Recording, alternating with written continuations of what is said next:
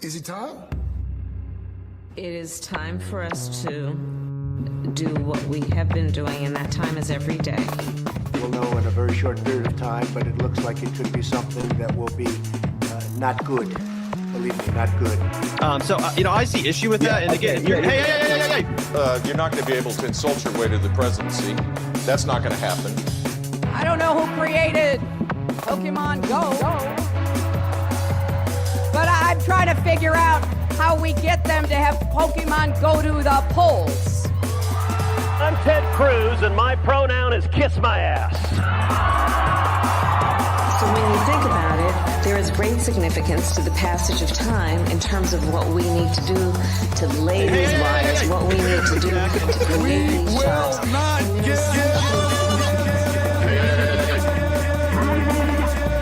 America is a nation that can be defined in a single word.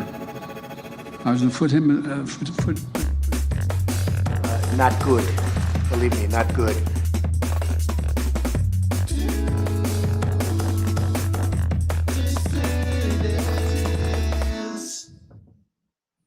Hello, dissidents. Welcome, one and all, to a Thursday matinee edition of the Do Dissidents podcast. Keaton Weiss here with Russell Dobular once again.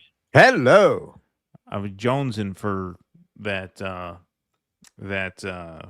what's his name? Derek Trucks tune. We haven't played that in the countdown in a long time because it has the old intro on it. So for those of you who are new to a show, that was our retro intro. with the Vanguard guys and that Hillary one. Clinton. That was the peak woke era intro where we dunked on mostly the libs. That's the old school one. But I love that song. I love the second song of that countdown. I was in the mood for it today. Nice soothing, could have gone soulful with it. Music. Yeah. Retro would be appropriate for my birthday stream. That's right. Because I'm retro. That's right. That's right. It is Russell Dobular's birthday stream. Round of applause for Russell in the chat, please, and thank you all very much for being here. Do you say how old you are? Or no, I do. That will be tomorrow. I will be 57. 57. I was gonna say you're not like a woman, are you? With the I don't say my age. No, men say their age. We're men. That's what we do. We're men. We're real men here. This is a man's job. This is not, this is a real man's job here. The podcast gig. Okay, so early in the morning. So you know what? So you know, I'm gonna tell those of you who haven't experienced it yet. It's pretty funny. So this happened to me, and after this happened to me, they released studies demonstrating this is how aging works. So you just kind of assume that, year after year, it's like a very gradual process.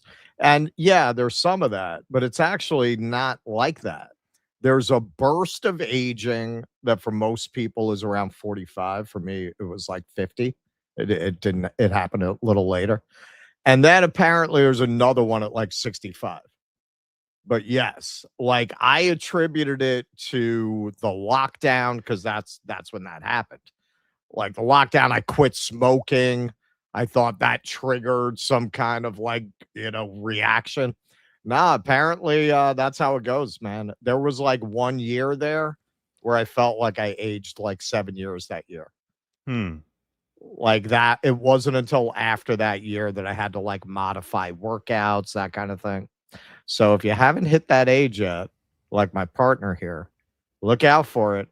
It's very sudden. Well, I haven't hit that number yet, but I feel like, I have 3 kids, so that's been happening to me every year for the last 7 years. I felt like I've aged 7 years. It's not, I feel like I'm telling you, it's all I feel like sudden. a young 93. That's what I feel like now. I feel like, I'm in my early 90s.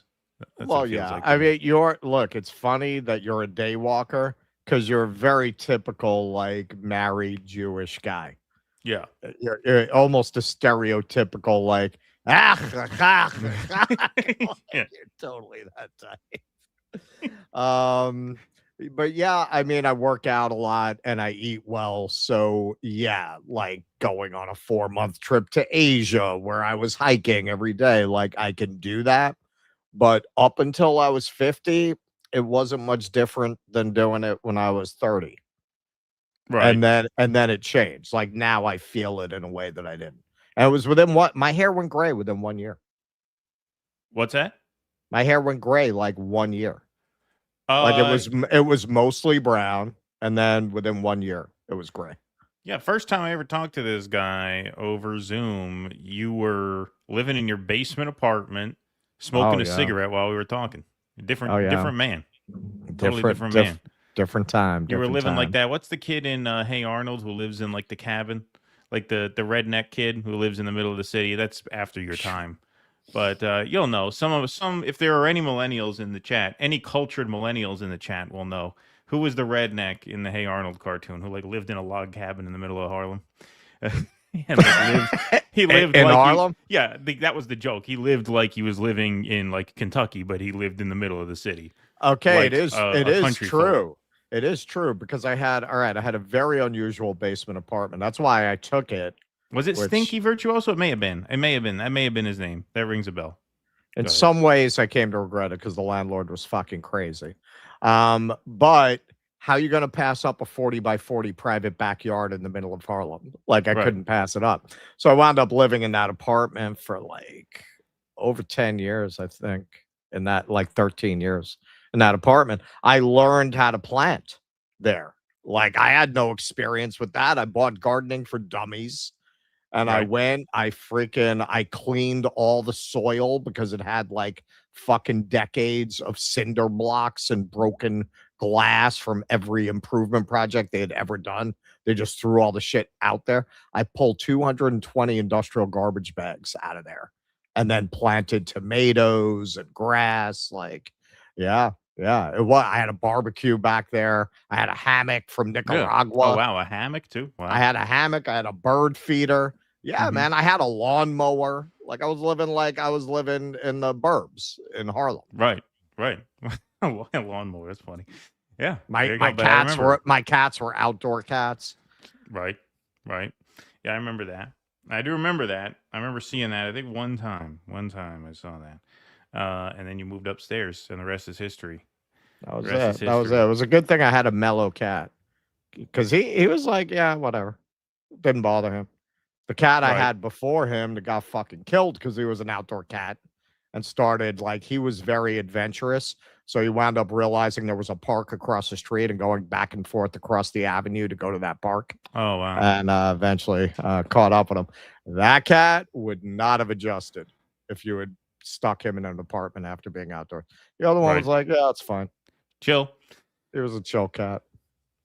All right. Well, today this is part one of a day-night doubleheader for members. We are doing Film Club tonight, thanks to our friends at Right Brain TV. Our Film Club presentation tonight is on the documentary Point of Order by Emil D'Antonio. That is a really creative packaging of the Army McCarthy hearings, which was the scandal involving a McCarthy crony getting preferential treatment after being drafted into the Army.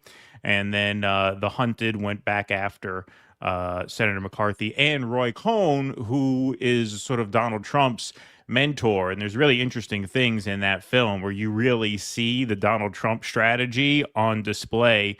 There's one example of it, I won't spoil anything, that is pretty strikingly resonant given the events of the last year regarding the Kilmar Abrego Garcia case and the famous photo of the MS-13. So that should be really fun. We got a lot of materials to present on that, so that should be a great time. So if you would like to join, that's 8 o'clock tonight. The emails will be going out during this stream. I think they're scheduled to blast out at 2 p.m. with all the links and the call-ins and everything.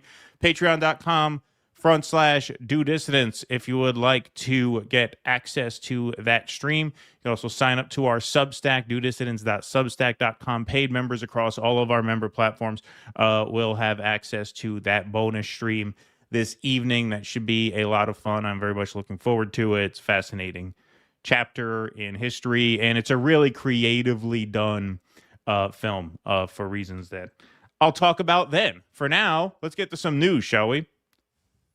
Okay. It's been a slow news week. Nothing really happening. We're kind of like, what are we going to do for the show today? Yeah. So we didn't really come up with anything. So let me tell you about my knees. Yeah, right. All right. Well, am I doing Fauci first and then we're doing elections? That's how I have it on the paper. Totally up to you. All right. Totally We up to can you. I do it didn't that even way. look at it. You want to do Fauci first? All right. Yeah, I didn't even check. I didn't even check. Go do it live. Fuck it. Yeah, really quick news breaking this morning. GOP senators vote to hold Anthony Fauci in contempt of Congress for pleading the fifth during tense hearing. Fauci, who has been a target of the right since he served as a... What the hell happened here? What happened? Oh, well, we know it. I think I erased the first paragraph. That's how breaking this was. I was throwing it together very quickly. Fauci, who's been a target of the right since he served as a top health official during the COVID pandemic, repeatedly invoked the Fifth Amendment right during his hearing, explaining in his opening remarks that he believed Republicans would try to use his testimony to prosecute him. Now, Republicans on the Senate Homeland Security and Governmental Affairs Committee have pushed to do just that with the 8-5 party line vote. So that was a party line vote in the committee to hold Fauci in contempt. Now, at this point, they can either go right to the Department of Justice or they can open this vote up to the entire Senate, which would likely fail since it would need to get past the 60 vote threshold. Quote, "We are voting on whether a witness who has received the benefit of a sweeping federal pardon can be ordered by this committee to answer questions and then defy that order without consequence," Committee Chairman Rand Paul from Kentucky said in his opening statement at the meeting. The committee can refer the contempt of Congress resolution directly to the Justice Department or request that the Senate Majority Leader, John Thune, hold a full Senate vote. Paul said yesterday that the first thing we will do if the resolution was approved would be to refer the matter to the Justice Department in anticipation that a full Senate vote would likely stall and or fail. The committee can refer the contempt of Congress resolution directly to the... Oh, sorry, I screwed this up. If Jeanine Pirro, the U.S. Attorney for the District of Columbia, chooses to try to prosecute the case, her office would need to secure an indictment from a grand jury in the district where she has a mixed track record. Yeah, mixed is a very charitable way of putting it, indeed. So the question, and we went over this when we covered the hearing, of course, Rand Paul kept contending that because Fauci had been given a pardon, he must then forfeit his Fifth Amendment rights not to answer questions. And there is some legal precedent for that. So this is off the National Constitution Center blog, which is a good resource for questions like this. Do presidential pardons remove the Fifth Amendment rights of recipients? This precedent dates back to 1896 and the Supreme Court decision in Brown v. Walker. In his majority opinion, Justice Henry Billings Brown found that if a witness has already received a pardon, he cannot longer set up his privilege since he stands with respect to such offense as if it had never been committed. Brown cited cases dating back to English law and the Aaron Burr treason trial as supporting that conclusion. So the theory there is if you've already been pardoned for an offense, that means in the eye of the law, you basically didn't do nothing. So if you didn't do nothing, then you have to answer questions about that since you've already been excused for any wrongdoing vis-a-vis the pardon. However, there is some wiggle room, and this is why I suspect Fauci, after consulting with his lawyers, decided to keep his lips sealed. In December 2020, Aziz Hook from the University of Chicago wrote in a Washington Post opinion piece that pardoned people are by definition no longer in legal jeopardy for federal offenses, so they can no longer claim any Fifth Amendment privilege in that realm, with Hook citing the Brown decision from 1896. If they refuse to speak, the legislator can flex its contempt power. At one extreme, this can involve the threat of jail time, but it could also mean daily fines calibrated to the asserted wealth of a reluctant witness. I guess fine them until they finally agree to talk. However, this is the caveat, the Fifth Amendment claim against self-incrimination might still be relevant if someone is asked to testify before Congress about activities that could violate state laws. In 2017, Harper cited one example in his Just Security blog post.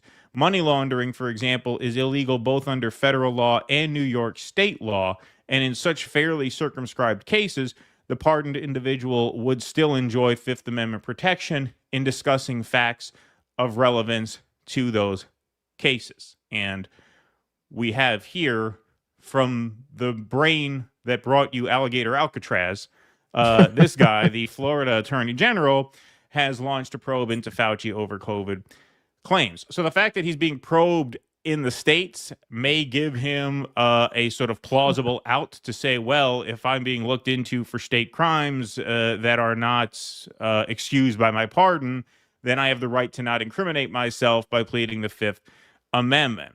I've also read that, the immunity only applies to specific offenses that you've been pardoned for, which technically would mean that you could perjure yourself in the act of lying to Congress. If they ask you a question that you don't want to answer truthfully and you lie, that's a new charge because that lie would have taken place, on whatever the date was, July something, 2026. So when you add to this the fact that Donald Trump himself said he respects the pardon, I doubt very much that the DOJ is going to take this up. I think it's pretty obvious he's going to walk. I think it's been obvious for a long time that he is going to walk. I don't agree with that, but there doesn't seem to be any real avenue where I could see them bringing a slam dunk case, especially since if there is a caveat there, if there is an exception that you can plead the Fifth to protect yourself from state prosecution,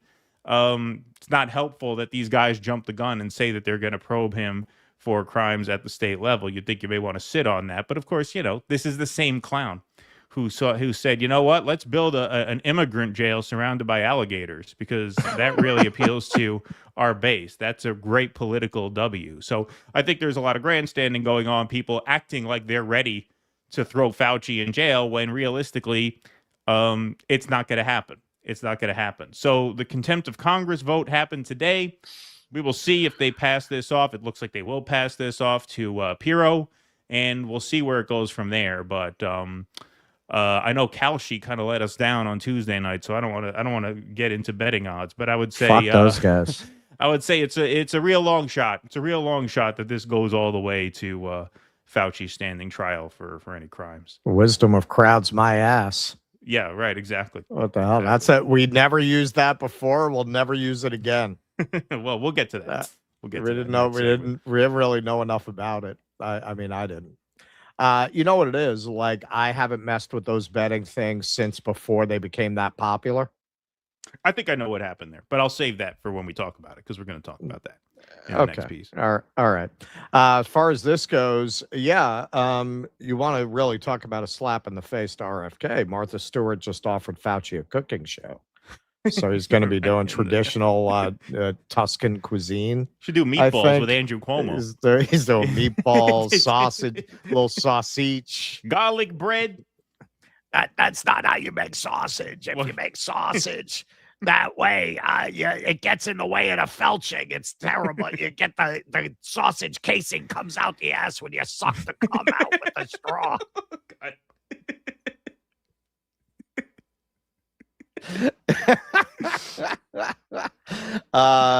Yeah, no, this is typical of this administration. I didn't have it's the gang that couldn't shoot straight.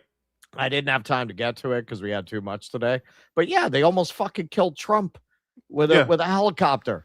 Yeah, this is right after a story came out that they probably caused the death of people on a medevac flight. Right.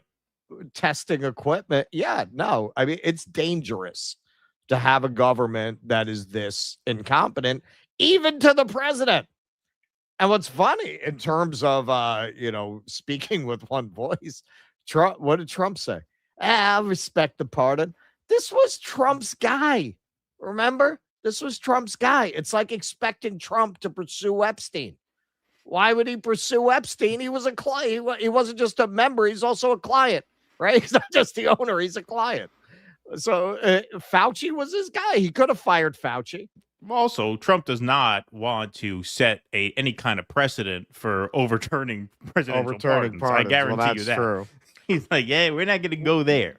So what is this? You get a federal pardon, they can still go after you in the states? I guess if you committed a state crime within a certain jurisdiction. Now, I don't know what the specifics of that Florida case. As far as I know, I believe there are 2 other state attorney generals that are opening up inquiries into Fauci. Who knows if those are prosecutable? I have no idea. I have no clue.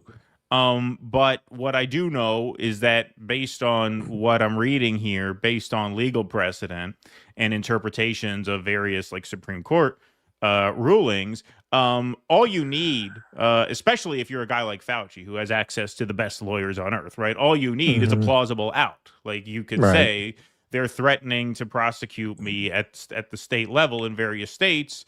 My pardon doesn't cover that. Therefore, I have the right not to incriminate myself. So I'm pleading the fifth. Now, may he have been able to make that argument anyway? It's possible. It's possible. It certainly strengthens his argument when AG Chudmeister here comes out and says, "Yeah, we're gonna look into him," because that to me makes it easier for him to wiggle out of it by pleading the fifth. Now, does that affect any case that comes forward regarding state crimes that happens between 2014 and now?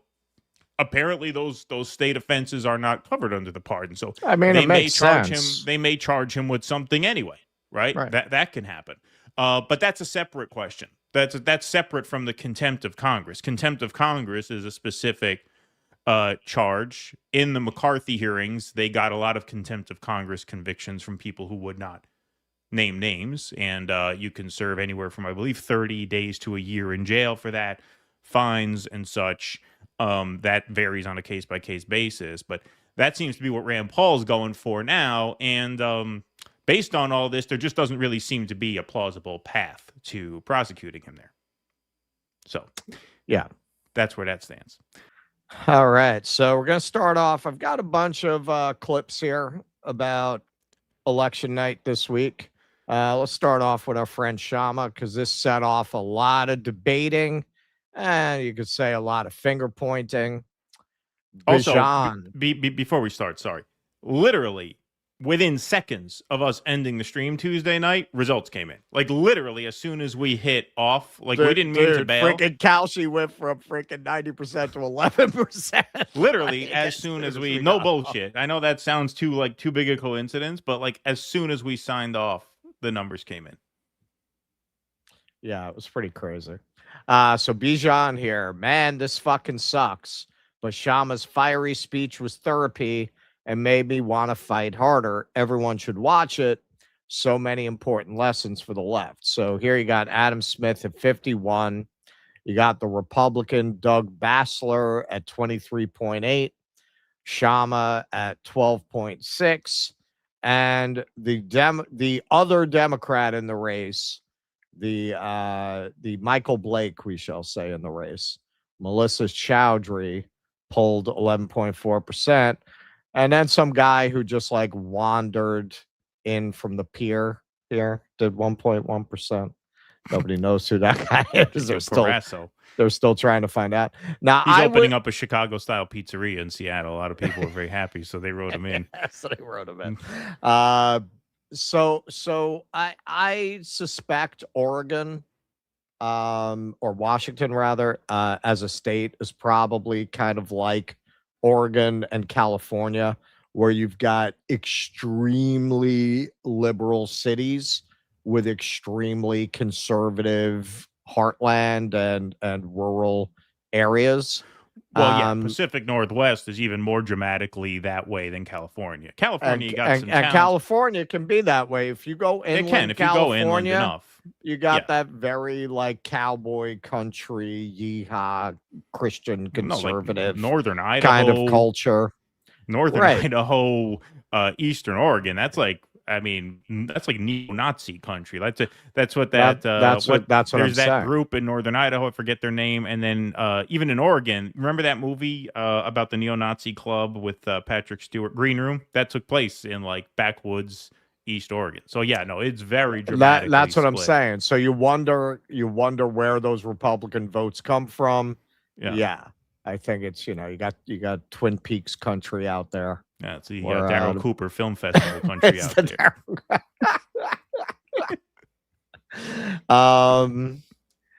Yeah, he's back. Since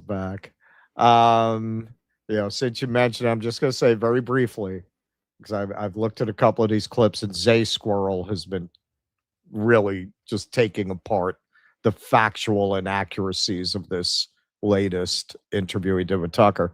So I commented on one of the clips where he completely mangles the history of white flight. And I've said it before, I will say it again. Darryl Cooper fans are the dumbest fucking people on the internet, man. Like, there are a lot of dummies out there. They make the RFK fans look like rocket scientists, the Darryl Cooper fans. Like there's like the Aryan Nation prison gang that always show up when you comment on Darryl Cooper.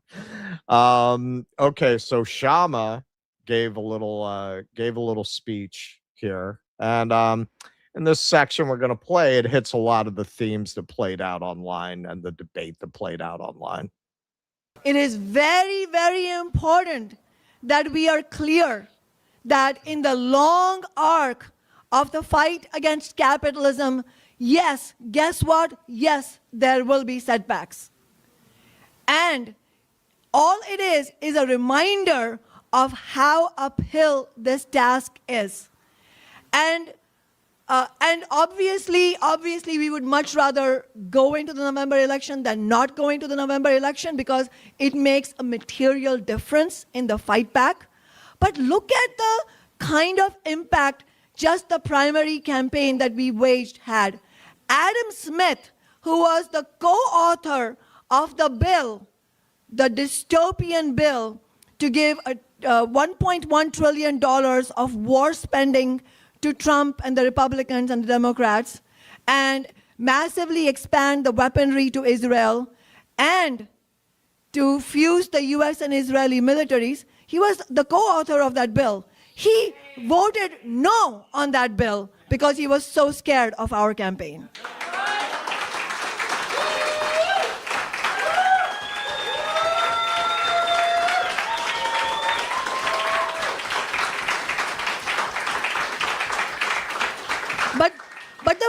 But the fact that that bill passed nonetheless by having just enough Democrats to vote for it in the House, that's a reminder for us why today's setback is only a blip in time. What we have gained by building this campaign, what each one of us has gained in terms of education, political experience, growing a spine to push back, those are extremely precious gifts that this campaign has given us. And if we cede to a feeling of demoralization, then we let the capitalist class win by taking away those gifts from us.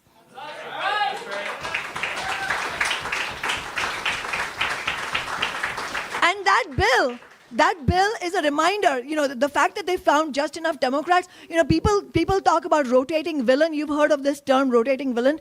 I don't actually agree with that term, because the Democratic Party and the Republican parties are thoroughly villainous. What it is a rotating pretend good guy.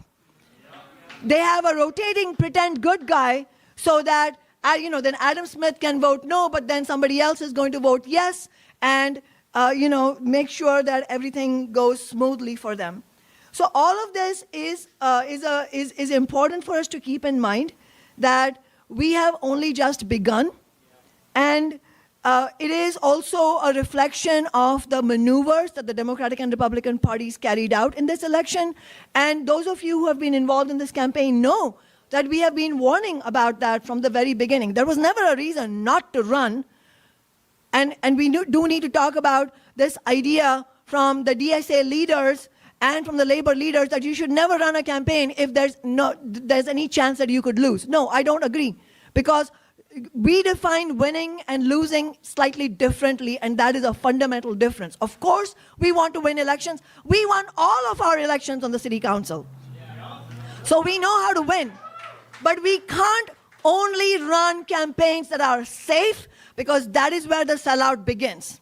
We have to run this type of defiant and radical campaign, even when there is a high likelihood that we won't succeed in going forward.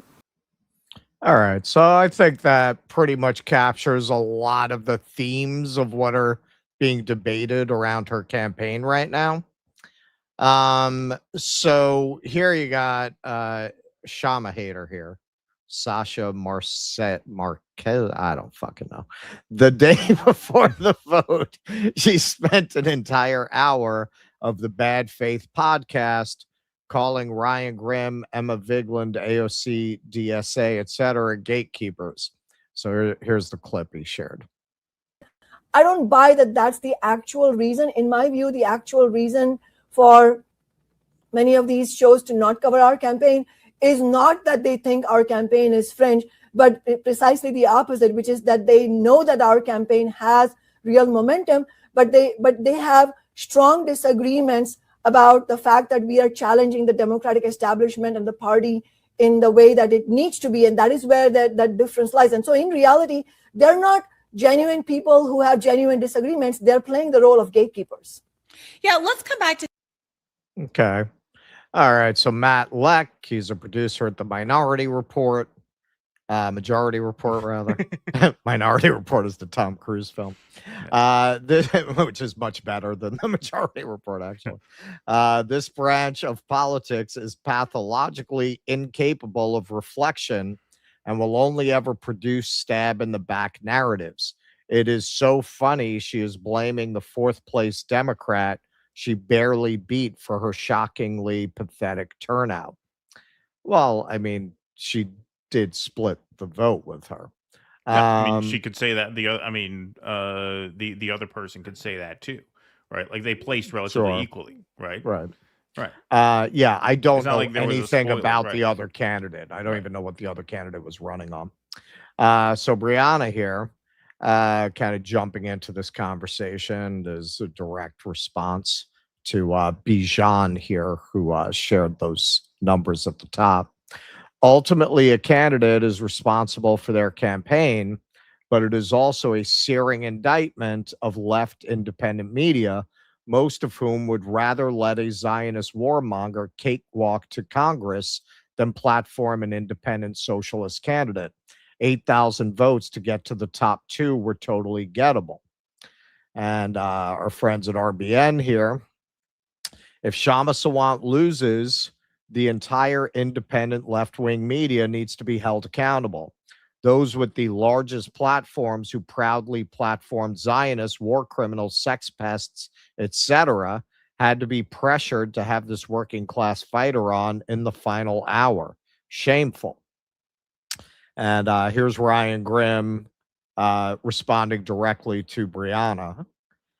I will regret posting this, but if you raise and spend 700,000 in the campaign and win 8,000 votes, the searing indictment is inward. Caveat: there are more votes to be counted, and she will get more than that, but might also dip to fourth place. It doesn't look like that happened. I looked at the latest numbers before we went on. That's not on left independent media. And here's Brianna. She said this kind of on its own, but it's clearly subtweeting certain people. If I were part of the Plattner left, hot off an Access journalist softball interview with AOC, which Emma Vigeland just did, and a year of defending the Nazi tattoo guy who lamented he couldn't fight in the Indian wars, I too, well, who hasn't done that? I too would want to avoid reflecting on the role I played in this cycle. Okay, so there's a lot going on there. For me personally, having just gone and spent some time in countries that had successful revolutions, part of what I came back with was, hey, we don't have the organizations in place for any kind of revolutionary movement of the left to be successful. And any kind of accelerationist fantasy people might have that assumes that social collapse will favor leftist reform are deluding themselves. We're in a condition where if America collapses, if the dollar loses its value, it's going to collapse into fascism because you don't have the structures in place to take advantage of it. The Chinese communists had a whole ass army. They had been fighting the Japanese. They were ready to go. They were ready to seize a country. There is no, the Vietnamese had been fighting the French for decades by the time they fought the American War.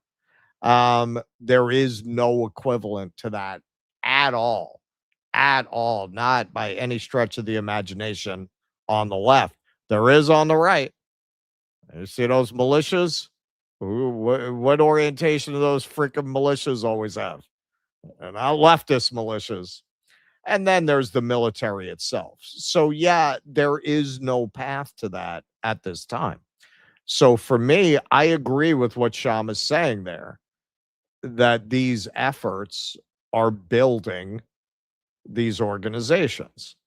Now, whether you like the Bolsheviks or not, if you look at the history of the Bolsheviks, yeah, man, they were a very small minority party that built up and developed over time until the conditions were such that they were able to actually seize control of the government. If you don't make these efforts, you're not going to have that organization. So I'm making the argument we're not in a position to have a left revolution because there are no organizations like that.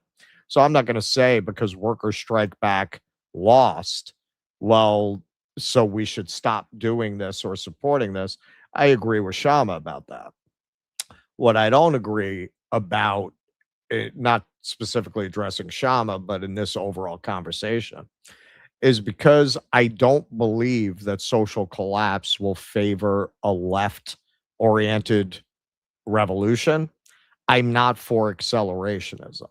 And if you're not for accelerationism, then you can't tell me, well, if you live in New York and Mamdani is running against Netanyahu's lawyer, you can't vote for Mamdani because that's entryism. You can't tell me not to support the best candidate available if you don't believe in accelerationism. Now, you want to make a case. This is what really annoys me about that argument. They never own it. They never admit that they don't want to make things better because they think social collapse is going to lead to a communist revolution. Own it. I would respect that. I would disagree with it, but I would respect it. Be honest about what you're saying. Be honest. Be honest. If you don't want things to partially improve, it's because you want things to totally collapse. Because your vision is not on the table.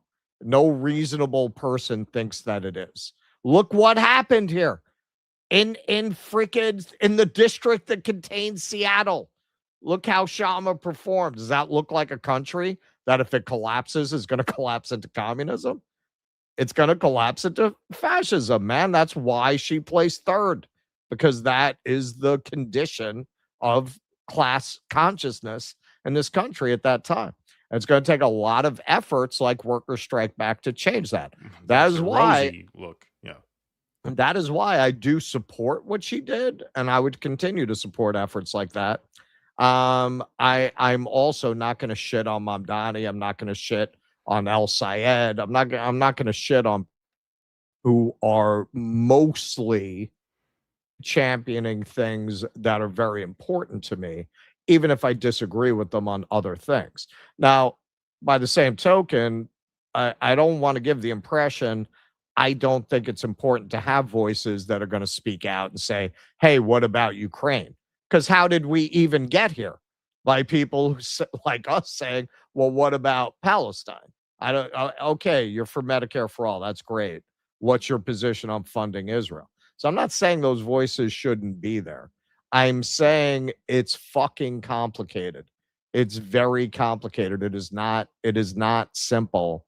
And I think you, as a political actor and as a citizen with some responsibility for the well-being of your fellow citizens, you've got to take an all of the above approach. That's the view that I came back from Asia with after seeing countries that had successful revolutions, getting an idea of how they had it, and then looking at America. I came back all of the above. Yeah, well, just to be clear, and you didn't say anything wrong, but just in case it's not clear to anybody in the audience, I don't think I would not call Shama an accelerationist. I mean, she's no, not, I'm not. She I'm has, not talking. No, I about understand her. you didn't. No, No, I know. I just wanted to make that obvious in case it wasn't obvious to people in the audience. So because Shama has secured minimum wage victories and renters' rights victories, that's the opposite of accelerationism. That's building towards a better I'm addressing future. the debate. I I'm understand. addressing the conversation. I understand. I just didn't want to, because sometimes there can be ambiguity where there need not be. So I just wanted to clear that up in case anybody was unclear about that in the audience. Just to address an elephant in the room, why did the betting markets have her way up, and then as soon as votes came in, she was third? My suspicion about that is that especially in a race like this one, which was fairly low profile, where you don't have that many bets, being placed, where maybe you have, I don't know what the numbers are. I'm not a betting man. I actively discourage people from gambling. I think it's an extremely dangerous habit to get into, but estimate maybe $5,000 total dollars were bet on that race, Shama Sawant versus Adam Smith versus the other ones. And so if, say, only $5,000 in bets exist, somebody who really wants to juice her odds, somebody with money to burn, could just plunk $1,000 bet on Shama Sawant on election day, and that's going to tip the betting markets in her favor, right? You get one huge bet for Shama at the last second, that's going to catapult her odds, and that seems to be what happened, because the odds were on the Republican until like midnight election day, and then it switched. Now, we didn't know what that switch was based on. That switch could have been based on exit polling data or turnout models or whatever. We didn't know. That's why we said, hey, these are just odds. These are not results, right? My suspicion is that a high roller who loves Shama plunked down a lot of money on her, and that tipped the betting scales. Yeah. And then when the votes came in, it turned out the votes were not there. So anyway, that's what I think happened on election night. See, for me, the only time I personally messed with these betting markets and I kind of lost interest in it was Predict It, which has been buried under these Kalshi, and what's the other one? That's gotten Polymarket's the other one. Polymarket, right? So Predict It, that got buried, but that was like the pioneer. And at the time that I was playing with that, just $20, just like amusement bets I was making. There weren't enough people doing it to have that impact. Like I found it to be pretty accurate at that time. Now I realize these things are totally manipulated now. Well, they certainly can be, especially in a smaller pool, like a low profile race. Like presidential election, it's probably going to be more or less accurate because you're going to have millions of people putting so bets many in, people, right? So you're not going to get one high roller tipping the scale at the last minute, right? So yeah, but a small race like this, it's vulnerable to manipulation if somebody plunks down a big bet at the last second. But anyway, that's what I suspect happened there. I love Shama for a bunch of reasons. Not only is she, I think, a very committed and effective fighter for working people who's won real gains for working people. I think she is also a very nice and kind and warm person. It's funny because as someone who puts her in a lot of thumbnails, I do a lot of Google image searches of Shama Sawant, and she gets such miserable treatment in the press. Like, if you Google image search, she's always got a frown on her face, or she's always yelling at somebody. She always looks miserable in that. They catch her in her worst moments facially and use those. She's actually a very kind, very warm, very funny, and generous person. I'm proud to call her a friend of mine at this point, and very lucky to call her a friend of mine at this point.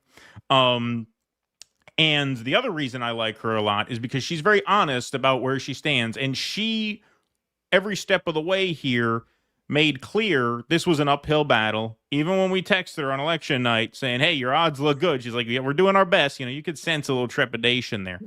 And she's very honest. She always said this was an uphill battle, and she said the Democrats are running a left alternative to Adam Smith, who's gonna take votes away from us, and it's gonna be very difficult to overcome that. And ultimately, for whatever mistakes she may have made, I'm not saying it was a perfect campaign. I don't think it was a perfect campaign. There may have been some things here and there I may have done differently. I've had off-the-record conversations with her before. I would be happy to have one again about this if she's interested in any feedback, which I suspect she is. She's always been very curious and very willing to engage. Yeah.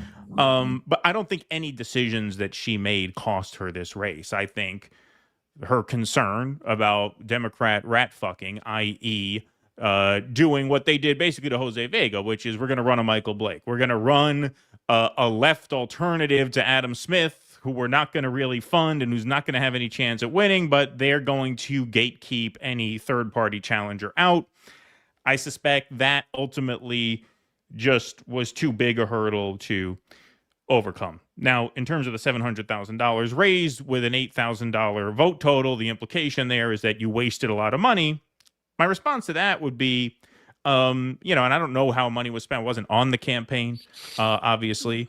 So I can't speak to any allocation of funding. But what I can say is that campaigns are a lot more expensive to run when you get zero free media. You know what I mean? Well, yes. Trump's campaign in 2024 cost $1.5 billion. And what did he get? 70 some odd million votes. So he spent about $20 a vote. Now, Shama spent about $80 a vote, but she got no free media. Trump got tens of billions of dollars in free media. So that affects how you calculate what was money well spent and what was not money well spent. Like when you're getting completely blacked out of media, And that makes the race much more expensive in terms of dollars per vote. So that's what I would say to that. I don't think they were wasteful with funds or anything like that. I have no reason to believe that.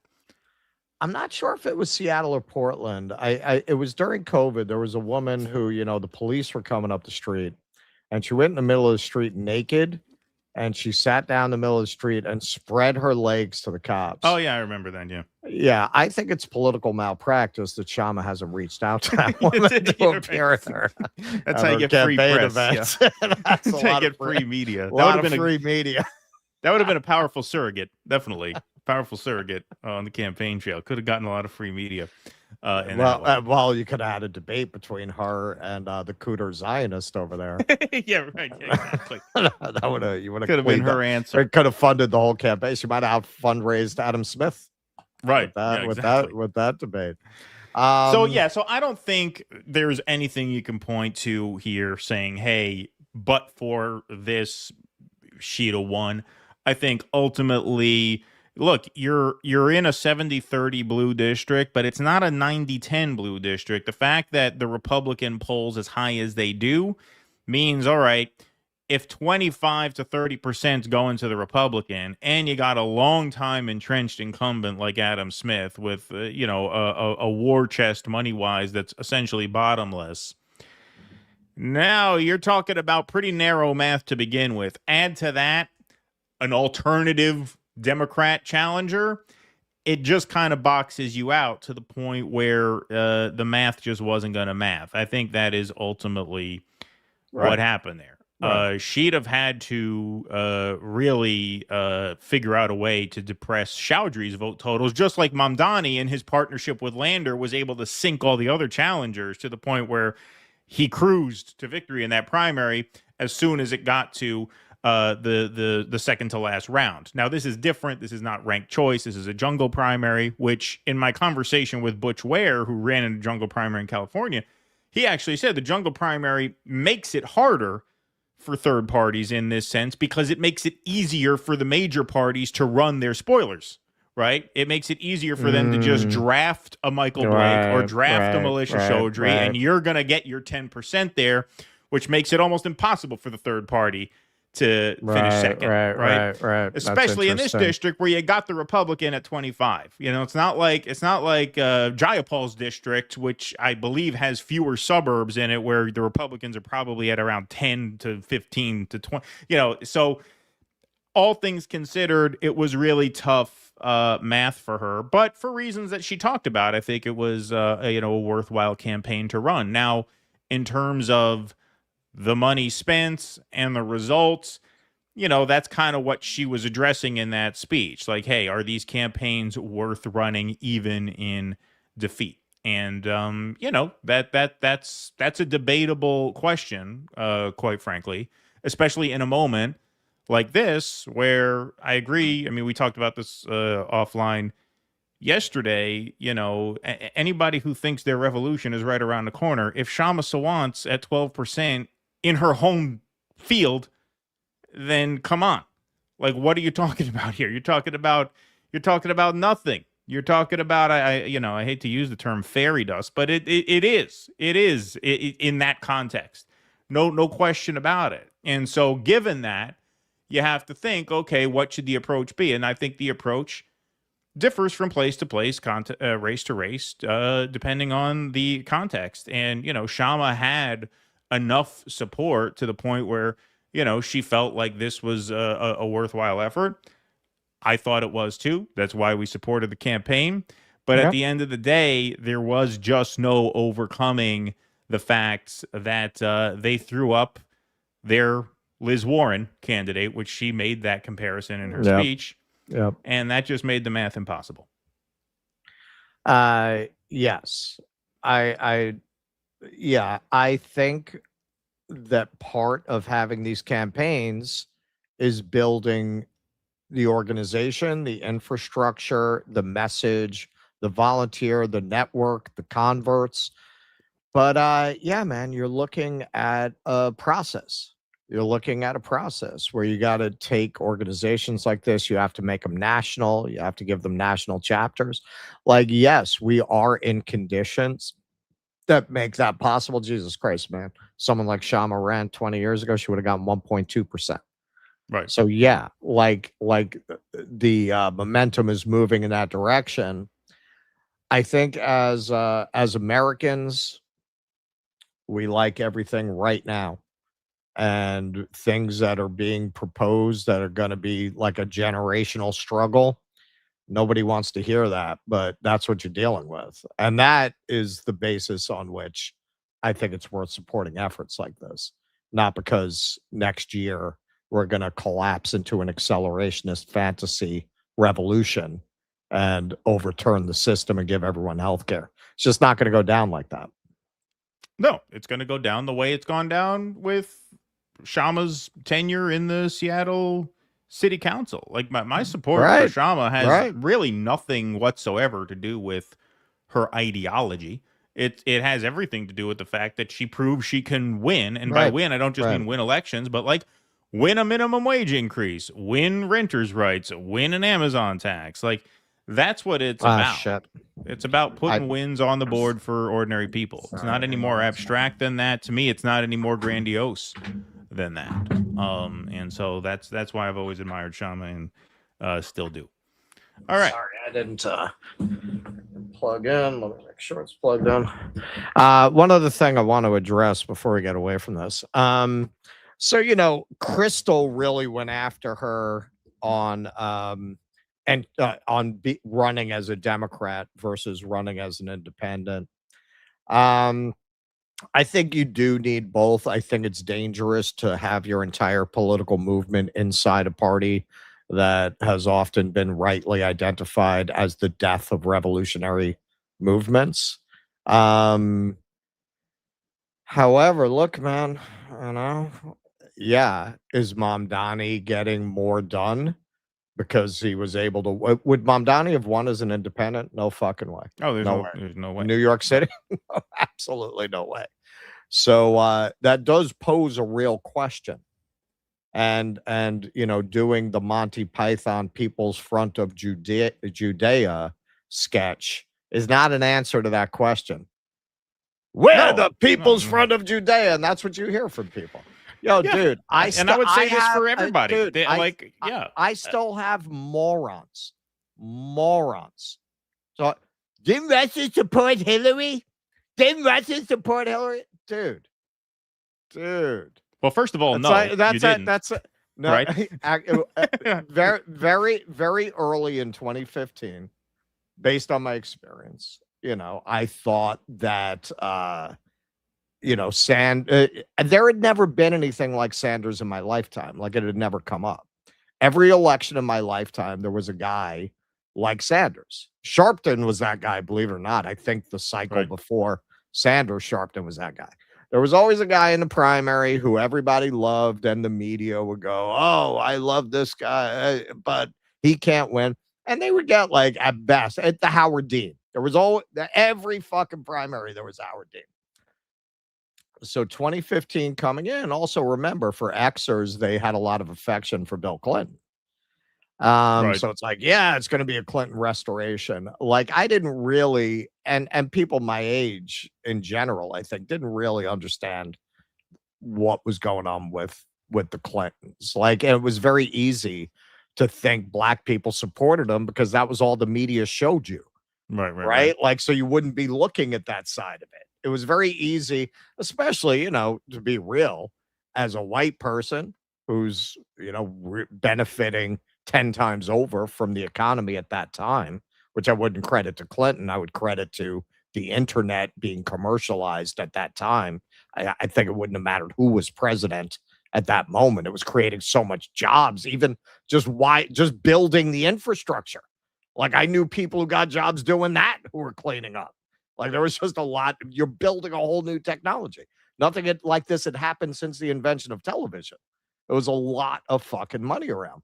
So it was very easy, especially when you had all these black leaders basically putting their arm around Clinton. That's all the media showed you. They didn't show you the black leaders who had a criticism of Bill Clinton. So it was very easy, especially as a white person, to be like, well, everybody's benefiting, right? And that was all they would tell you in the media, how black incomes were going up.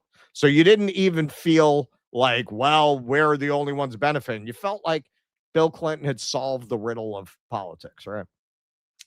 So 2015, at the beginning of the race, before you even heard of Bernie Sanders, sure, I was supporting Hillary Clinton. And then when you saw Bernie Sanders speak and you saw him packing stadiums, I said, holy shit, it's a different time. This guy could actually win. Right. He could actually win. It was the first time I'd ever seen that guy have a chance. And then, of course, the rest is history, because, and this happened to millions of people. Happened to Jimmy Dore. Well, of course. Like, this is his origin story. Of course. It's the origin story of a lot of people in this space. You didn't know what the Democratic Party was until a guy like Bernie actually was in a position to win. It never came up. It just literally never came up. So you never saw what they would do in the face of that. So that made it very easy to believe the vote harder thing. Right? Yeah, no, they want to do all these things. It's the Republicans stopping them. But then you saw it was never the Republicans. They were never going to allow this. They were never going to allow somebody like that to win. And that changed everything. But point being, what kind of a political movement do you think you're going to build, taking a guy like me who completely changed his whole politics and go, well, you used to be Catholic. You used to be Catholic. What the fuck is wrong with you, man? Like, well, that's what the internet. The fuck that's the is medium wrong is the with message. people? Well, yes, it is the internet, but it's also a lot of the left is like that. You get a lot of people who, whatever, and I guess you have that on the right too. It's just not our space, so we don't engage with that as much. But you get a lot of people who are just there to signal their purity and virtue. And they're not interested in building any movement. Well, that's if you were interested in building a movement, you would never talk that way. Well, that's right. The thing. You want converts. You want to convert people. You ever see somebody convert someone to their religion and go, yeah, I don't know, you used to be another religion? Well, the right has the ability to the right has the benefit of being able to win. And, winning solves a lot of that, because once you start winning, you start actually building momentum. And when you're building momentum, then it's, hey, all right, hey, you used to hate our guts. Hey, welcome aboard. It's easy to make bygones when you're winning, right? I guess. Because the mood is better when you're winning. I guess. When you're losing, it's the complete opposite dynamic sets in. Right. And the left is very used to losing. And they have developed habits that perpetuate their losing. Yep. All right. You want to take some chats over there, birthday boy? All right. Scala, politics aside, I knew public masking was going to be an issue because Americans don't like being told what to do, whether good or bad. It's true. And actually, that's part of the problem with trying to build communism in America, because it's inherently something where people are told what to do. There's no way around that. Like, that is going to be part of it, because the state is managing the economy in ways that are more visible. It's not that the state doesn't manage the economy under capitalism, but they're able to claim that they're being laissez-faire more plausibly, even though they're not, but they're able to claim it. Mark Pugliese, happy birthday, Russ. Hey, who is Anthony Easton? He's the independent now running in Jose's race against Torres. Oh. Yeah, there's two. I didn't even know that. 0744. Yeah, I should be moderating for Jose. Happy to hear that you boys learned up on Kalshi. Better late than never. Happy birthday, Russ. Well, I knew what it was. It's just that particular race. I mean, that particular we never race. fucked with. We're not gamblers. But also, that's a unique thing. Like, that's a unique example of a race being pretty low profile, which makes it very easily influenced by one big bet. A presidential election, you're not going to have that odd swing because you got tens of millions of people betting on it. So that's why. And that's why, look, I mean, I did suspect. That's why I said over and over again, just to be clear, these are odds. These are not results, right? These, Right, this is right. not. We're not giving you results here. Yeah. I mean, because of my experience with Predict It, I put more stock in it than I should have. But my experience with Predict It was like 10 years ago. Right. And then I lost interest. Mark Pugliese, my dad's a son horse turns. man. His dad's at the track. My Gambling's in the blood. It runs in the family. Yeah. Honestly, that's part of why I always stayed away from it.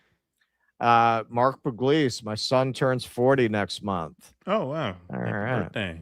I turned 40 in December. Yeah, about Keaton's age. Jody, happy birthday, Russ. I'll be 58 in October and have spent the last 2 years thinking I'm about to develop dementia, break my hip, and die like my mom did at age 81 2 years ago. Oh, don't think like that. No, don't think like that. Area hermit woman. It's a myth pleading fifth means guilty. I was up against state of California for using self-defense against a firefighter on duty and his two friends. Long story, public defender threatened me into pleading fifth. Juries are rigged. They can be. Well, no, it doesn't necessarily mean you're guilty. I mean, I think in this case, it's pretty obvious that Fauci did not want to have to lie. Because obviously his diary exposes that his public statements did not match his private opinions. And so if you're grilled on that, you either have to, just nuke your reputation by admitting that, yeah, you lied throughout the, formative days of the pandemic, or you have to lie again and say, no, I didn't, in which case you might be vulnerable to prosecution, because I don't think the pardon covers any crime you commit in perpetuity. I think the pardon covered a specific window of time. So if you perjure yourself after the fact, you could still be prosecuted for that. And I think had he not pled the fifth, he'd have either had to admit that he lied his way through the pandemic, or he'd had to lie again, in which case he would subject himself to a good amount of trouble. So that's why I think he pled the fifth. I'm just going to point out I was born right before the Manson murders. I'm not saying it's connected. I'm not saying it's connected, but the next day the La Biancas got it, I think. I think it was the next day, the 8th. Right. Satanica loves Sam Husseini. Please ask him why you think the UNGA has refused to initiate Uniting for Peace. Oh, the UN General Assembly. Yeah. General Assembly, yeah.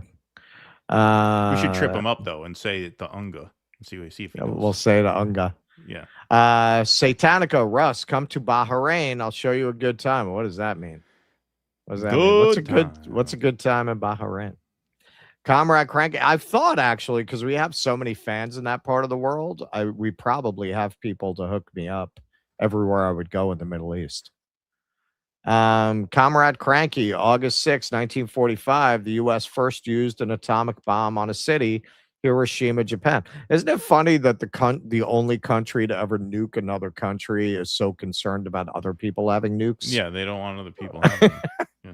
Nong, nong, nong. Happy birthday, Russ. At 64, I feel younger than I did at 55, even though I'm pretty fucked up. It's probably the Alzheimer's, man. Your fucking brain thinks that you're young. Anti-imperialist network. You can't be both Zio ethno-supremacist plus lib/progressive. Yeah, they try to square that circle, but with increasingly less convincingly. Israel should not exist. It's very unusual to hear this kind of classic left discourse in American accent. My brain is confused. Thank you, guys. Yeah, well, I felt like that's an opportunity to really have, because this conversation's kind of been on low boil all year, ever since Mamdani won, really. Virtuoso. Okay, I'll admit I dropped $10 on Haley Stevens because of APAC fuckery on the polls. Jewy. Matt from Wisconsin. That was my test to see if something irritates Russ more than puns. If I had known it was your birthday, I would have refrained. Happy birthday, Rusty. What was your test? Yeah, I forget. Was that did you send a previous chat? I'll look it up. Joe H. Russ, happy birthday. Keaton, I'm awaiting your review of the new Strokes album. I'm a huge Strokes fan, but I found this album pretty underwhelming. Yeah, I'm gonna do it this week. I'm gonna do it this week for sure. Over the 2 days off. I thought it was. I didn't think the songwriting on it was bad. I really didn't think. I thought some of the songs were pretty good. The auto tune is gratuitous, and unless there's a very specific style you're going for, to me, the writing did not overcome that. It was distracting, and yeah, I mean, I thought it was decent. It was decent. Not one of their better ones. That's a preview. That was 30 seconds. My full review will be an epic 7 minutes and 22 seconds. Yeah. Now that we're actually this week, we didn't really get the time off that we were supposed to Yeah, do no, we other fucked ourselves things. this week. Yep. We fucked ourselves this week. I'll be making announcements for Russ on the road, but one of the things I am gonna do is I'm gonna set up a live stream with my partner here of my top 10 road songs. The songs that I listen to on the road. All right. I like that. Because you probably know more about those songs than I do. I just like to listen to them. Oh, yeah. No, that's a definite genre. Yes. I mean, I have my own version, but it's what you like to listen to on the road. Of course. You know what's a random one? Standing outside a broken phone booth with change in my hand, I think it's called. There you go. All right. I like that one on the road. That was a one-hit wonder band. Crosnet, you know the song I'm talking about? Yeah. I'm just trying to think off the top of my head if I can name one that'll definitely be on it. I don't know. Krasnaya Armada. Something. Two more. I like that. I like Marrakesh Express. That's more obvious. Yeah. I like that on the road. This Time Tomorrow is my all-time favorite road song. There you go. Krasnaya Armada. 2 more years, it will go even better. The independent left media is just making sure the spotlight is guaranteed winners for the first wave, I think. I mean, I wouldn't let them off the hook like that. Like, a lot of them are just corporate media. A lot of them come from corporate media. They went into independent media because it allowed them to get around climbing the ladder at an establishment media outlet. A lot of them, that's the only reason they went into independent media, to have their own shop. And hey, man, if you get big, you can make a lot more money actually as an independent journalist than you would at a corporate media outlet, because most people are not Rachel Maddow. Right. Like, most of them are not making that Maddow money. Right. So if you get a big enough following, yeah, you'll actually do better there. So that's why a lot of people like Ryan Grimm.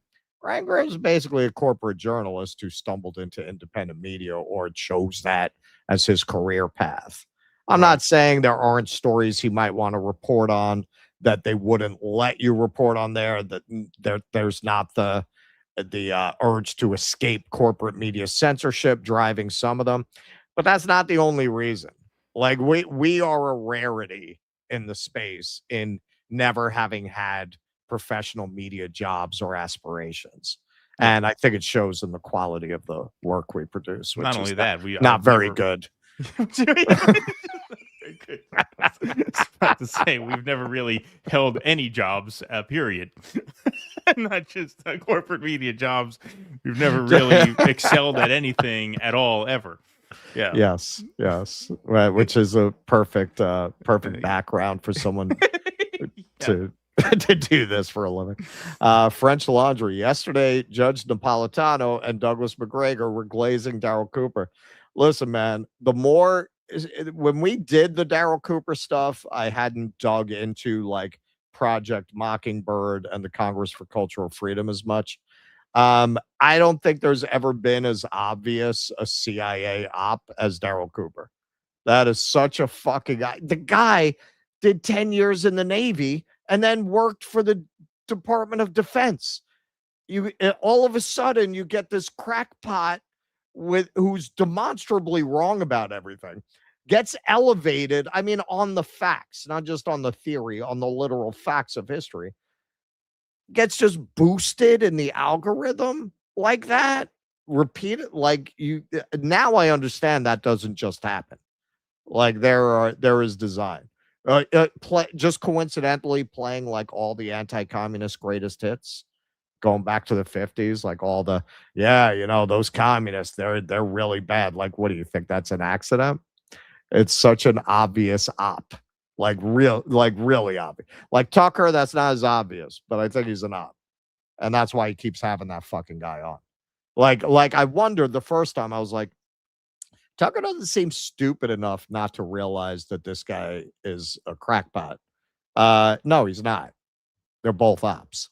Yeah, I haven't paid much attention, honestly. I didn't watch the I most mean, recent I'm not one. gonna watch the whole thing, but Yeah. I've seen a couple of the clips going around. Yeah, I don't really hold a grudge. I mean, he seems to like Hitler, but other than that, he seems all right. Other than that, he's okay. Yeah. He put on a little weight. Yeah? Weight. He's eating well on that podcast money. Yeah. Yeah, but he's not going to look as good in those SS reunion photos. Right. Xander Vorkov, the real reason commies don't win is that Americans don't want to see them sapping and purify our precious basil. That's right. Yeah, Neil Young's Thrasher is a good one. Actually, the two Neil Young ones that I would put above that for road songs are You Ready for the Country and Unknown Legend I love. That's a great one. And then somebody said Eric Clapton. Yeah, Lay Down Sally is another one. I like the driving country blues American rock for the road. You know, I can see that. You know what's ruined? Because not it's that Clapton's a not American, but that sounds like an American, bluesy rock song. You know what's been ruined by every unimaginative director in Hollywood using it? Spirit in the Sky. Oh, yeah. It's a theoretically great road song, but it's so fucking played out that you just can't enjoy it anymore. It's hacky at this point. It's hacky. It's hacky. Yeah. Exactly. All right. And the Blue Noble. Independents struggle to the point you could only win if you append the word Democrat to yourself, but it's a poisoned label. Therein lies the conundrum. Well, it's not as poisoned as independent. I mean, if we're just talking Turkey here, like trying to win an election, you're still better off. Like that's the mold people are used to being in. They just are. It also like depends. It would take a major zeitgeist shift before being independent is as viable as being a party member. Yeah, and the toxicity of the parties also do depend a lot on the year. Like this is a Democrat +7 year, it's looking like +8. You know that means it's going to be less of a liability this year than it was in 2024, right? Where it was not a Democrat year. Vienticus Prime, yes, a presidential pardon can only pardon federal crimes. Governors can pardon state crimes. It's the federalist system. Yep. Albu Kid, happy early birthday, Russ. We're about 2 weeks apart. Every year feels like 10 after 50. However, I still think 69 was the best Gen X year. Yeah, I mean, that was a very eventful year. It's a big year. It's a big year. But especially that summer, actually. That was when you had the moon landing. I mean, for real, you did have the Manson murders. Yes, of course. Yeah. You had the Miracle Mets. You had Chappaquiddick. And you had Woodstock all that summer. A lot going on. Kemen, Israel has been coming to John Fetterman in his wet dreams since he was 12. Thank you. Professor Brown Note, I give up. The Schmatta song, what is it? Is there a full version? If so, is it a bell? No, our friend Nick in Volksted made that for us. We have that in a segment. We did a segment on Russ's grandfather. We did a whole piece on that. I have to find the link for you. Vulture, happy birthday, Russ. There you go. Furrows Queen, happy birthday, Russ. Just remember you're as young as the woman you feel. Also, I'm feeling most things are scams and lies, and I think should I be complying or not? Just a weird feeling. That's a good one. Eric Rousseau, Russ, you should do South America. You could do the Motorcycle Diaries trip and visit and interview Whitney Webb. Yeah, that's a good idea. I've only done Central America. I did Costa Rica and Nicaragua. I refuse to sell my Shama shares at 81C. Thank you. Stoop sign. Happy birthday, Russell. Courage, says Naam. There you go. Thank you.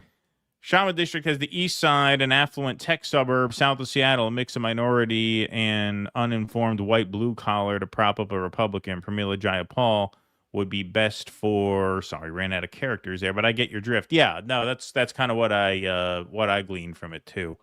Devour, please don't call it intelligence. There's new words to make all kinds of mask all kinds of fuckery, but it's been called intelligence for over a century. Shama, Kenman, sorry. Shama's lost things because nobody is talking about it on social media. Progressives just celebrating how they have built a powerful movement and AOC closer to president. AOC is not closer to be. AOC is not going to be the president in the foreseeable future. I mean, who knows? In 30 years, I just maybe. saw an article about how, in Sanders' world, they've pretty much coalesced around AOC as his successor. Yeah. Well, that's a very Bernie-like choice because they're done. I mean, like in 30 years, maybe she's young. Like anything can happen in the non-foreseeable future, but anytime foreseeable, absolutely no chance. Absolutely no chance. I don't get the speculation around it. I mean, I get the speculation in certain circles of people who want to will something into existence, but that's not going to happen. That's not going to happen. She is one of a very, very small group of people who I think would enter as an underdog against like Vance or whatever. Once Kash Patel sends a team down there to find her headless ginger fiance in the basement, it's all over for her. Yeah, it's over for her. I'm convinced she bit his head off. I haven't seen that guy in public in like 4 years. Seen him. That's true. All right, let's move on to El Sayed, right? Yes. So, hey, Abdul El Sayed wasted no time, dropped this as soon as his win was announced. Money out of politics, money in your pocket, Medicare for all. Michigan, we won. I am so proud to be your Democratic nominee for U.S. Senate. Let's win in November. And hey, in spite of my black-pilled partner's speculations here, the Democratic Party coalesced around him pretty quick, including Chris Farley here. They did. On paper, I love so Michigan, far. and I am so proud to have left my van by the river to run for this seat. I'm proud to have put up my hand to serve. I spoke with Abdul a few moments ago to offer him my full support as we work to defeat Mike Rogers this November. Thank you, Michigan. I'm going to stop talking like a retarded 6-year-old now. Yeah, I'm going to resume my normal voice now. Yeah, how's she going to make that transition now? She's going to all of a sudden go back to talking like a fucking normal person. Come to think of it, it's lucky I lost. I don't know if I could have kept that charade going for 6 straight years. That there's no method actor on earth that's ever had to maintain a role that long. Prisha Mosley, you're a woman who sold out on behalf of Islam and socialism. What do you even stand for? That's when you see things like this that you just say, I give up. I can't share a country with this person. Well, these people are they're so fucking dumb. Like, okay, so doesn't this long term discourage people, especially in the Democratic Party, which is, quickly moving against Israel at the grassroots level? I mean, it's an 80-20 issue. You're on the wrong side. Yeah. If you're going to do that to somebody, what incentive does it give them to support Israel, right? And in a way, I'm glad they're out there because they're making it obvious, hey, even if you support Israel, but then you still endorse the candidate who beat you, who doesn't support Israel, they're going to act like you never supported Israel. Like, you're just making Israel even more toxic, which is, hey, I say go ahead. It's fine by me. Make it as toxic as you want. But from their perspective, they're so fucking idiotic, they don't see that. Yeah. You keep seating people too close to the kitchen in a drafty part of the restaurant. Yeah, right. Yeah, exactly. You see what happens. The Guardian, hey, top Democrats set aside qualms and embrace progressive Abdul El Sayed. Democrats united by a common purpose, putting a check on Trump, Chuck Schumer and Kirsten Gillibrand say. But El Sayed not returning the favor. He's backing Chris Van Hollen to replace Chuck Schumer as Senate Majority Leader. Kind of pulling a Mamdani there. Gen X girl, El Sayed backing Van Hollen for Senate Leader is a good move, with a quote over Schumer. That's a real quote. My job is to keep the left pro-Israel. Yeah, you can't exactly back him for Senate Leader if you're a huge part of your political identity is wanting to end funding to Israel. You literally just cannot support Chuck Schumer as Senate leader, but nonetheless, he's endorsed him. But his Republican opponent certainly has not endorsed him and wasted no time leaning hard into the Islamophobia. Quote, I spent years hunting terrorists and bringing Osama bin Laden to justice. Never in a million years did I think that I would be running against someone who believes America deserved 9/11. Well, did you ever think that you would be submissive to a president who invited an Al-Qaeda leader to the White House? Right. You're okay with that, though, huh? Did he say anything about that? I didn't see anything where Mike Rogers freaked out about this fellow being invited to the White. Look, he's right there in the Oval Office, one of the terrorists that you were hunting. Did you see the Karl Rove clip? Do you have that? Mm-mm. Oh, No. Karl Rove said the same thing. He says, You "This want, guy." you want to pull it while I'm going? No, it's all right. It's not worth pulling. I don't know where it is. But Karl Rove basically said a very, very similar thing. He had his whiteboard out. This guy, he's campaigning with a guy, Hassan Piker, who said America deserved 9/11. I was so tempted to tweet back at him and said, your boss did 9/11. Right. Sam Stein, subtle stuff from the National Republican Senatorial Committee. Having referred to him up to this point as Abdul El Sayed in its press releases, the committee this morning goes with Abdul Rahman Mohammed El Sayed, which apparently is his full name. So they're going Barack Hussein Obama on him now. So here he is addressing this, and hey, man, he's got talent. He's got talent. I don't know what it is. I never in the past thought of Muslims as being the politically talented people in America least likely to have raped anyone on Epstein Island, but that's how it's working out. Yep. That's how it's working out. You go get a white boy up there in Maine. It turns out he's grabbing women, he's breaking arms, wants to fight in the Indian wars. You don't get any of this with Muslims. Russ, I really appreciate the question. You're right. That's the only play they got. They're going to point at me. They're going to point at my name. It's like, well, he's different. That's the best you got? You can't actually talk about what you want to do? My name is not raising your gas prices. My name is not taking us to war. My name is not the reason you can't afford your groceries. You know what it is? Their BS policies. So you can point to my name all he wants. But I'll also tell you this. I've been an Abdul in Michigan my whole life. This is like the best place in the world to be Abdul. You know why? Because Michiganders they're big-hearted. They're open-minded. They're earnest, and they're gritty. And Michiganders are sick and tired of BS politics coming in to divide us when there's so much more we can unite to actually guarantee if we're willing to come together around it. So if all Mike Rogers got is that his name is Abdul and my name is Mike, you're going to be surprised how many people will be like, yeah, but that's the Abdul who wants to bring down the price of my groceries and gas and stop us sending money abroad and make sure that I got health care. So yeah, I like that Abdul over your Mike from Florida. That's right. El Sayed to Mike Rogers. Say my name, bitch. Yeah. Is that McMorrow there? Yep. Yeah, that's McMorrow. I want to dress her up like Willow in season 6 of Buffy. You're welcome, nerds. You're welcome. 10 people in the audience got that reference. So who's not happy about El Sayed? AIPAC. So what do you want to do? You just got to remember to cut this. Do you want to clip that separately and have an El Sayed conversation, or you just want to go into this? Because this is going to go into the Van Jones thing. Oh, all right. Well, yeah, I mean, we could talk about El Sayed, I guess. Yeah, I mean, I think obviously the story here, big picture, is that, he beat AIPAC. They spent $60 million against him. It's a monumental victory, a huge achievement.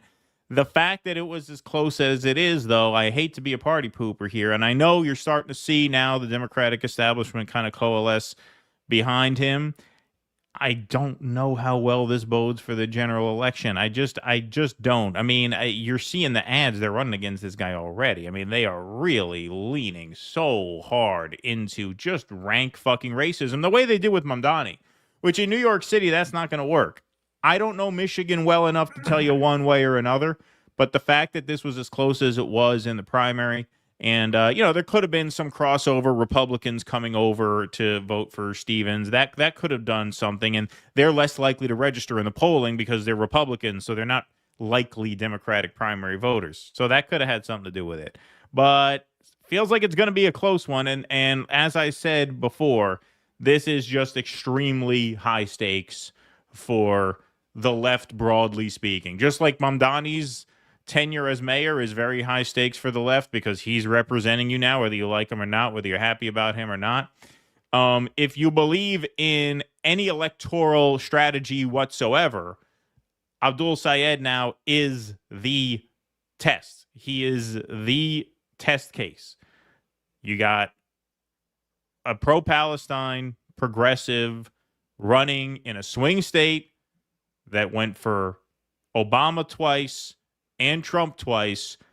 This is the race you have to win if you want to prove that you can win the tough races. If he loses, it's got to be very, very easy for the Neera-Tandons and the James Carvilles to say, see, we told you, you were not ready for prime time. You got to trust us. And a lot of those libs who are kind of discouraged now and really falling out of love with the Neera-Tandons, they can win them back if he goes down in flames. So it's a very, very high stakes race if you believe in any kind of electoral strategy at all.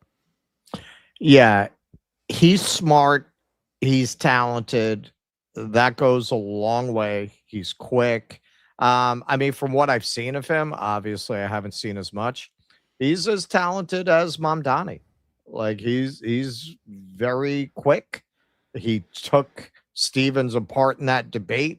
Granted, playing Chris Farley might have put her at a somewhat of a disadvantage in that point, like committing to that character. Didn't give her a lot of room to run with smart arguments. But I don't think she had any anyway. He's good and he's pretty unflappable. I don't know Michigan as a state. I know it was a reliably blue state until relatively recently.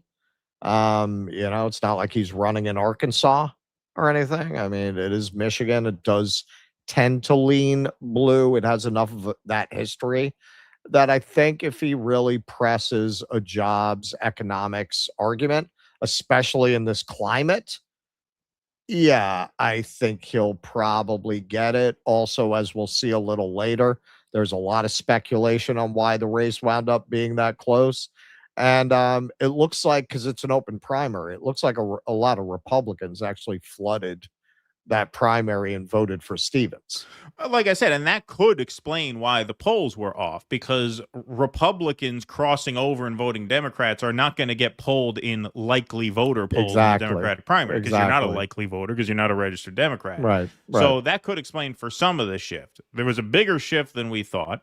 60 million is still 60 million. That affected the polls somewhat. Bottom line is he eked it out. He got the endorsements. Now he has to win. He has to win. It's a very high stakes race for the left, broadly speaking, if you believe in the efficacy of competing in the electoral space. I see some people in the chat. He's not a leftist. Okay, well, you didn't win the primary. He did. So he's the guy who's representing the left now. If you want to represent the left, you got to run and you got to win. So, like, whether you think these people are the real question is, did he support Hillary? like whether you like these people or not, they are the ones who are now the test case for the left. Now, if you don't believe in the electoral gamesmanship, then fine. At that point, then you should sit back and relax. I was not as stressed during primary night as a lot of people were, because I'm very bearish on the general election. I think Michigan is one of those really tough states for the Democrats to solve right now for a lot of reasons. And so, I don't go into this with tremendously high hopes. I obviously hope he beats Mike Rogers. That's a no-brainer. I think, given the context, it's a very important race. This is a very, very high stakes race here. Even more than the cancel Thanksgiving woman, because that you could chalk up to, well, she's kind of ridiculous. But this guy's not ridiculous. I mean, this guy's he's not even a DSA guy. I mean, he's not even DSA. He's a pretty square guy. There's another reason I think they're going to have a hard time with that. Look, you want to see the impact on the way the Zionists have poured money into promoting Islamophobia. We've covered this a couple times now in other segments, including the Cooter Maxer segment. Israel commissioned a study that showed their best play was not to try to build support for Israel directly, but to try to gin up Islamophobia as a roundabout way to promote Israel. Right. And you could see it. I didn't pull this clip because it's it's not really directly related. They were just having some kind of like Trump conference where the guy on stage, in order to pay tribute to a fallen cop, he says the name and it's a Muslim name, and just knee jerk, the audience started booing, and he goes, No, we're not booing him. He's a fallen officer. Like, that's the impact of that. Right. So sure, it's going to work on those people. Is that a majority in Michigan? Historically, no. And given that the guy's not running on let's get rid of Thanksgiving, I don't think they're going to be able to use a lot of that kind of thing on him. I hope you're right.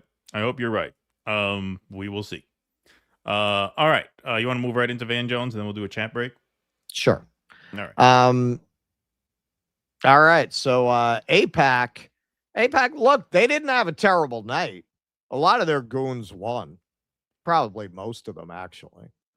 AIPAC signaling plans to spend for Republican Mike Rogers in Michigan Senate. This is what I keep saying, man. I've been saying it for fucking years. Most Zionists are going to end up in the Republican Party. Of course. Well, yeah. They're going to wind up Republicans. And they're just going to say, I don't agree with them on abortion, and that's a conversation we're going to have. Right. Our members remain determined to ensure that voters reject Dr. El Sayed and his radical anti-Israel agenda in November. So here's a little bit of this. In Michigan's 11th district, Haley Stevens' open seat, the pro-Israel community, that's what they are now, the pro-Israel community, was proud to support. We have potlucks and everything. Yeah. Was proud to support State Senator Jeremy Moss in his win over two anti-Israel detractors. Would-be squad member Aisha Farouki, who accused Israel of genocide, called for cutting off all aid to Israel, and disparaged AIPAC members. And Don Uford, who worked to smear pro-Israel Democrats, both lost, leaving pro-Israel leadership in place as Moss succeeds Stevens in this safe Democratic seat. While disappointed that some of our AIPAC-backed candidates did not prevail, our community is proud to support pro-Israel Democrats and Republicans who stand for our values, and we are encouraged that voters in races across this primary season continue to broadly choose leaders who support a strong U.S.-Israel partnership. These results demonstrate that AIPAC's nearly 7 million members remain determined to make the case for a strong U.S.-Israel relationship that makes America stronger. Say strong one more time. Say it one more time, motherfucker. Say strong one more time. Through AIPAC, millions of American citizens will keep working to help elect pro-Israel leaders and to help defeat anti-Israel detractors between now and November and in many cycles ahead. So AOC responded to this tweet. I appreciate AIPAC proving it doesn't belong in the Democratic Party and especially our primaries.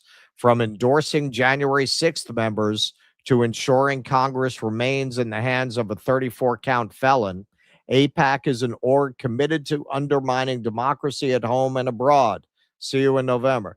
So yeah, I mean, that's all well and good, but this was AOC, who was one of the last holdouts to keep melting brain genocide Joe from resigning from the Democratic primaries and running for president. And she was also the one who very famously claimed that Kamala Harris was working tirelessly for a ceasefire, something that we pretty conclusively know now from reporting was categorically a lie, which Emma Vigeland this week decided to try to cover up for. Joe Walsh, not the one from the Eagles. What a terrible thing. He's very pro-Palestine. I hope he is. I don't know. What a terrible thing. I hope he's not going to go Boy George on us. Release an AI track. What a terrible thing to say, AOC. Look, criticize AIPAC all you want. They deserve their share of criticism. See, that's the liberal Zionist, right? Right. You can criticize them, except when you do. But understand what AIPAC is. It's millions and millions of Jewish Americans and other American citizens of all faiths. Oh, yeah, no, there's lots and lots of non-Jews in AIPAC who are not like batshit Christian fanatics who've been brainwashed by the Schofield Bible. Of all faiths who believe in a strong America-Israel relationship. It's an organization 100 funded by millions and millions of American citizens. So when you say AIPAC doesn't belong in the Democratic Party, you're literally saying that millions and millions of Jewish Americans and American citizens of all faith don't belong in the Democratic Party. What a terrible thing to say. And politically, what a stupid thing to say. Okay, well, so we used to have an organization in America called the Bund, and it represented a lot of German people who were Nazis. Do you think political parties were under an obligation to accept them because they were Americans? Or if you are an American with a deeply loathsome, genocidal, ethno-supremacist ideology, does it matter that you're an American? I mean, isn't it appropriate to say you're not welcome in our political party? Especially, I mean, just broadly, if your first loyalty is to a foreign country, why would you want your political party to be infiltrated by people like that? I mean, you're clearly the dual loyalty question. It's not a question. You know, you can browbeat and rend your garments all you want. It's very fucking obvious that given a choice between America and Israel's survival, you pick Israel's survival. That's what AIPAC is. That's why people are turning on it. If anything, that's generous. Dual loyalty is generous. Yeah, Mark Levin is infinitely more loyal to Israel than he is to this country. So is Ben Shapiro. Right. Yeah, dual loyalty is going easy on you. Right. You should sign for that. Yes. All right. So hey, man, you know they had their wins. Look what happened to Cori Bush, crushed by Wesley Bell, and our friend Nick pointed out the way AOC just abandoned Cori Bush. Yeah, nothing there. Yeah. They just left her bleeding at the side of the road, man. I honestly don't think either one of us know enough about it to even comment that much, and that's part of the point. I didn't even know she was running. Yeah, no, that's the honest to God truth. I did not even know she was running until like a couple of weeks out. The Cori Bush was in that race. So AIPAC claimed its share of skulls. Now here is how El Sayed is trying to deal with the question of anti-Semitism. And Israel are not the same as Judaism and the Jewish people. Preach. I love Judaism and I love the Jewish people. I had a chopped liver on rye on the way over here. Venerate Judaism and I venerate the Jewish people. I stand with Judaism and I stand with the Jewish people. Wow, and the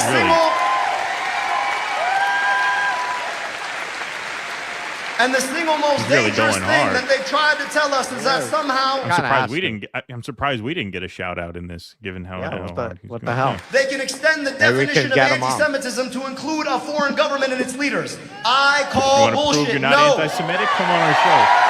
No. If you believe that anti-Semitism extends to include a foreign government and AIPAC, you are creating a dangerous circumstance. That's right. So it is important for us to recognize that we love Judaism and the Jewish people because we love people. And we love Palestinians and their rights because we love people. And we love that our tax dollars get spent here, on schools here, and healthcare here, because we love people. You cannot claim that human rights end at a border. You cannot claim that you want to invest in our kids when you send our money abroad to kill other people's kids. You cannot claim it. Johnny hit it. People who need people are the most wonderful people in the world. They didn't see that coming. So yeah, okay, man. I mean, that's how you have to answer that, right? Like, that's how Mom Donnie answered it too. Like, how else would you answer that?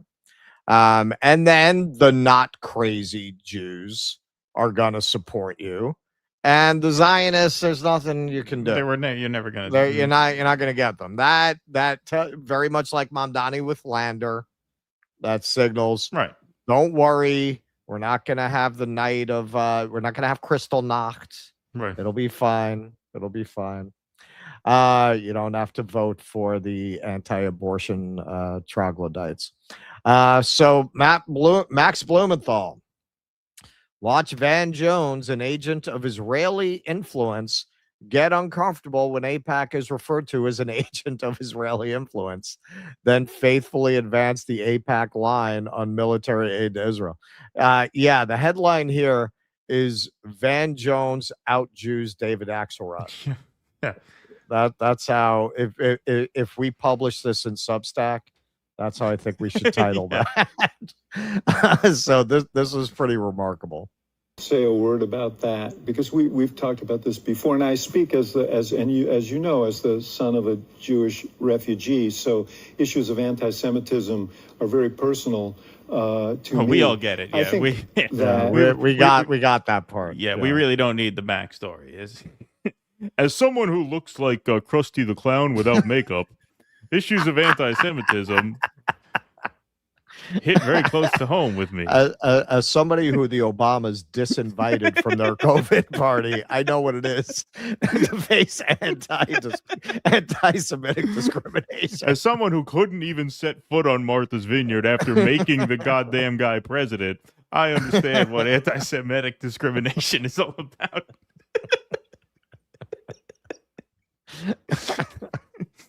That's good. What you see in Michigan is a interest group spending $30 million. She's got $64 million in television spending, and they're responsible for at least half of that.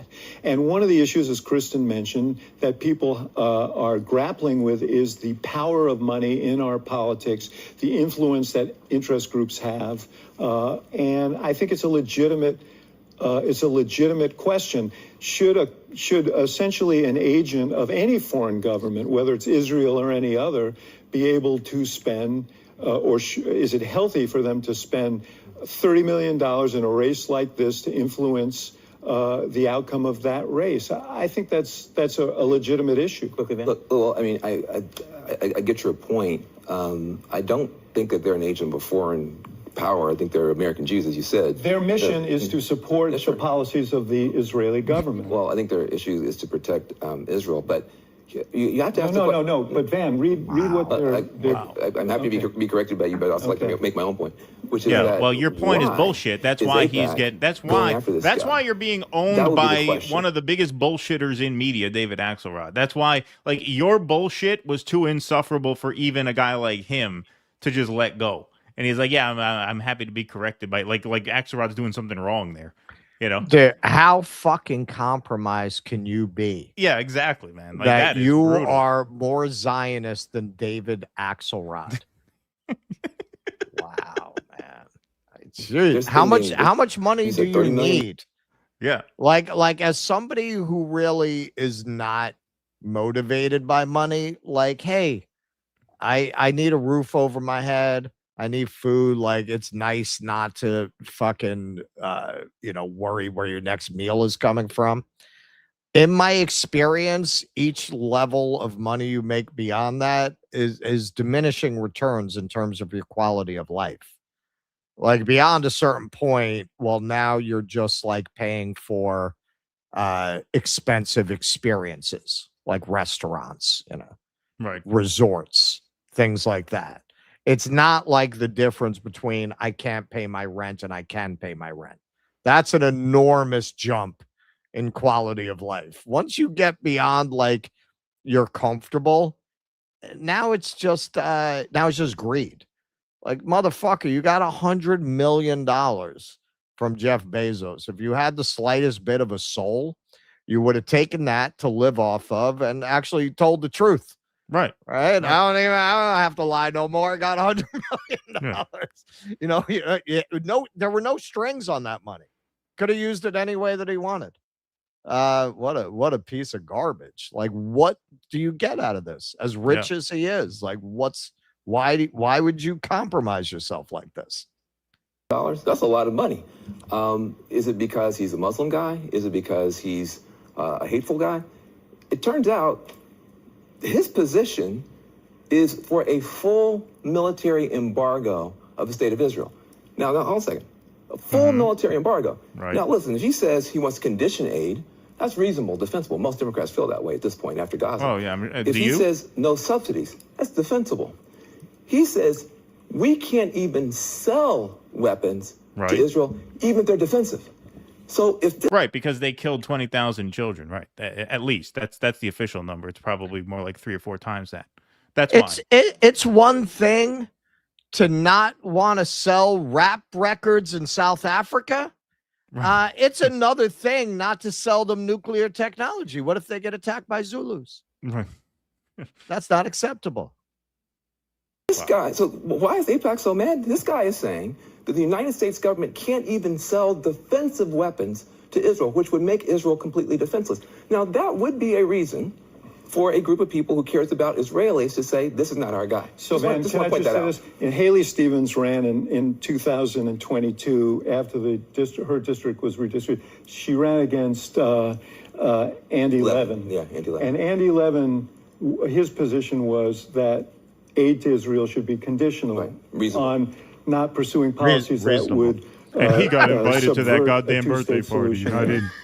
That was a position that would be considered a mainstream position now by many people. They spent millions of dollars to defeat him. They spent millions of dollars this year to defeat Tom Malinowski, who said, I can't guarantee that I will support every funding position. So I take your point, but this is not just about this race. This is about the entire panoply of races. What we're going to do is we're going to stick around. I'm sorry. Those people give me a lot of money, David. They give me a lot of money. Maybe you don't need that money. You know, the Obama train, you've been dining out on that car for a long time now, but I still need my money. I still need to be out here hustling my ass on the corners. So back off, David. Back off. I still haven't made mine. So he went on. This is what's funny about Van Jones. He has moments like this, and then he'll fucking clip him like nailed it. He had not this clip, but with this, he has a clip where he basically re-articulates what he said there, which is what he's saying here in the tweet. History was made in the Democratic Party. See, this is what defines him as the liberal, progressive member of the committee. History was made in the Democratic Party last night, and I watched 2 completely different reactions. For young Arab and Muslim Americans, Abdul El Sayed's win is one of the biggest nights of their political lives. See, I understand that. I'm not a tool of AIPAC. Right. See, I appreciate and celebrate with them the pride they take in that. A first like this doesn't happen by accident. It happens because a generation decided to fight for a seat at the table instead of waiting for an invitation. See, I can talk all that civil rights language still. See, that $100 million didn't change me. That is worth celebrating fully. But I also sat with the young Jewish voters this week who are scared. Well, have you ever considered the idea that they're scared because they're brainwashed and some of them are absolutely deranged loyalists to another country who are scared that the jig is up? When they hear total arms embargo, no Iron Dome, no defensive weapons, they hear something that goes beyond opposition to a war. They hear something that threatens Israel's basic ability to defend its own children from rocket fire. And so did you ever ask them why it's our responsibility, since you decided to go invade somebody else's country and kick them out of their homes, why it's our responsibility to defend you from the consequences? Why don't you ask them that, Van Jones? Did you ever I'd be think, interested to hear what they'd say. Yeah. Did you ever think that the Arab and Muslim voters, when they hear Haley Stevens say we're going to give Israel weapons, that they take that as a license to kill their family members, or even defensive weapons as a license to kill their family members, right? Like when a Palestinian hears we're going to give Israel an Iron Dome, they see that as giving Israel a permission slip to commit genocide. Hey, you know what? Why doesn't Gaza get an Iron Dome? Why don't both sides get an Iron Dome? It seems like hey, that's a step towards peace. Give both sides an Iron Dome so that they can't bomb each other. But no, only Israel gets an Iron Dome. And if you're against that, it's because you hate Israeli kids, even though the Iron Dome is what gives Israel permission to bomb Arab kids. The way I hear it, Israelis love the kids a little too much. Yeah. This is the messy truth of a historic night. Abdul El Sayed has a real opportunity. See, this is the establishment telling you what you need to do. Abdul El Sayed has a real opportunity now to pivot away from indefensible ideas. Conditioning aid is one thing. Saying Israel can't even buy weapons to defend itself from missiles aimed at neighborhoods, that's another. A great leader would take this moment to jettison unworkable ideas and reassure young Jewish voters while still honoring the movement that lifted him. Well, you can't do those two things. You can't, because the movement that lifted him wants him to have exactly the position that he has. No more weapons for Israel. What you're saying is, look, you want the people who actually run the Democratic Party and finance the Democratic Party to go all AOC about you. You want to get the foot rub from Jen Psaki on MS Now. This is what you're going to have to do. You're going to have to basically get rid of everything that got you that support.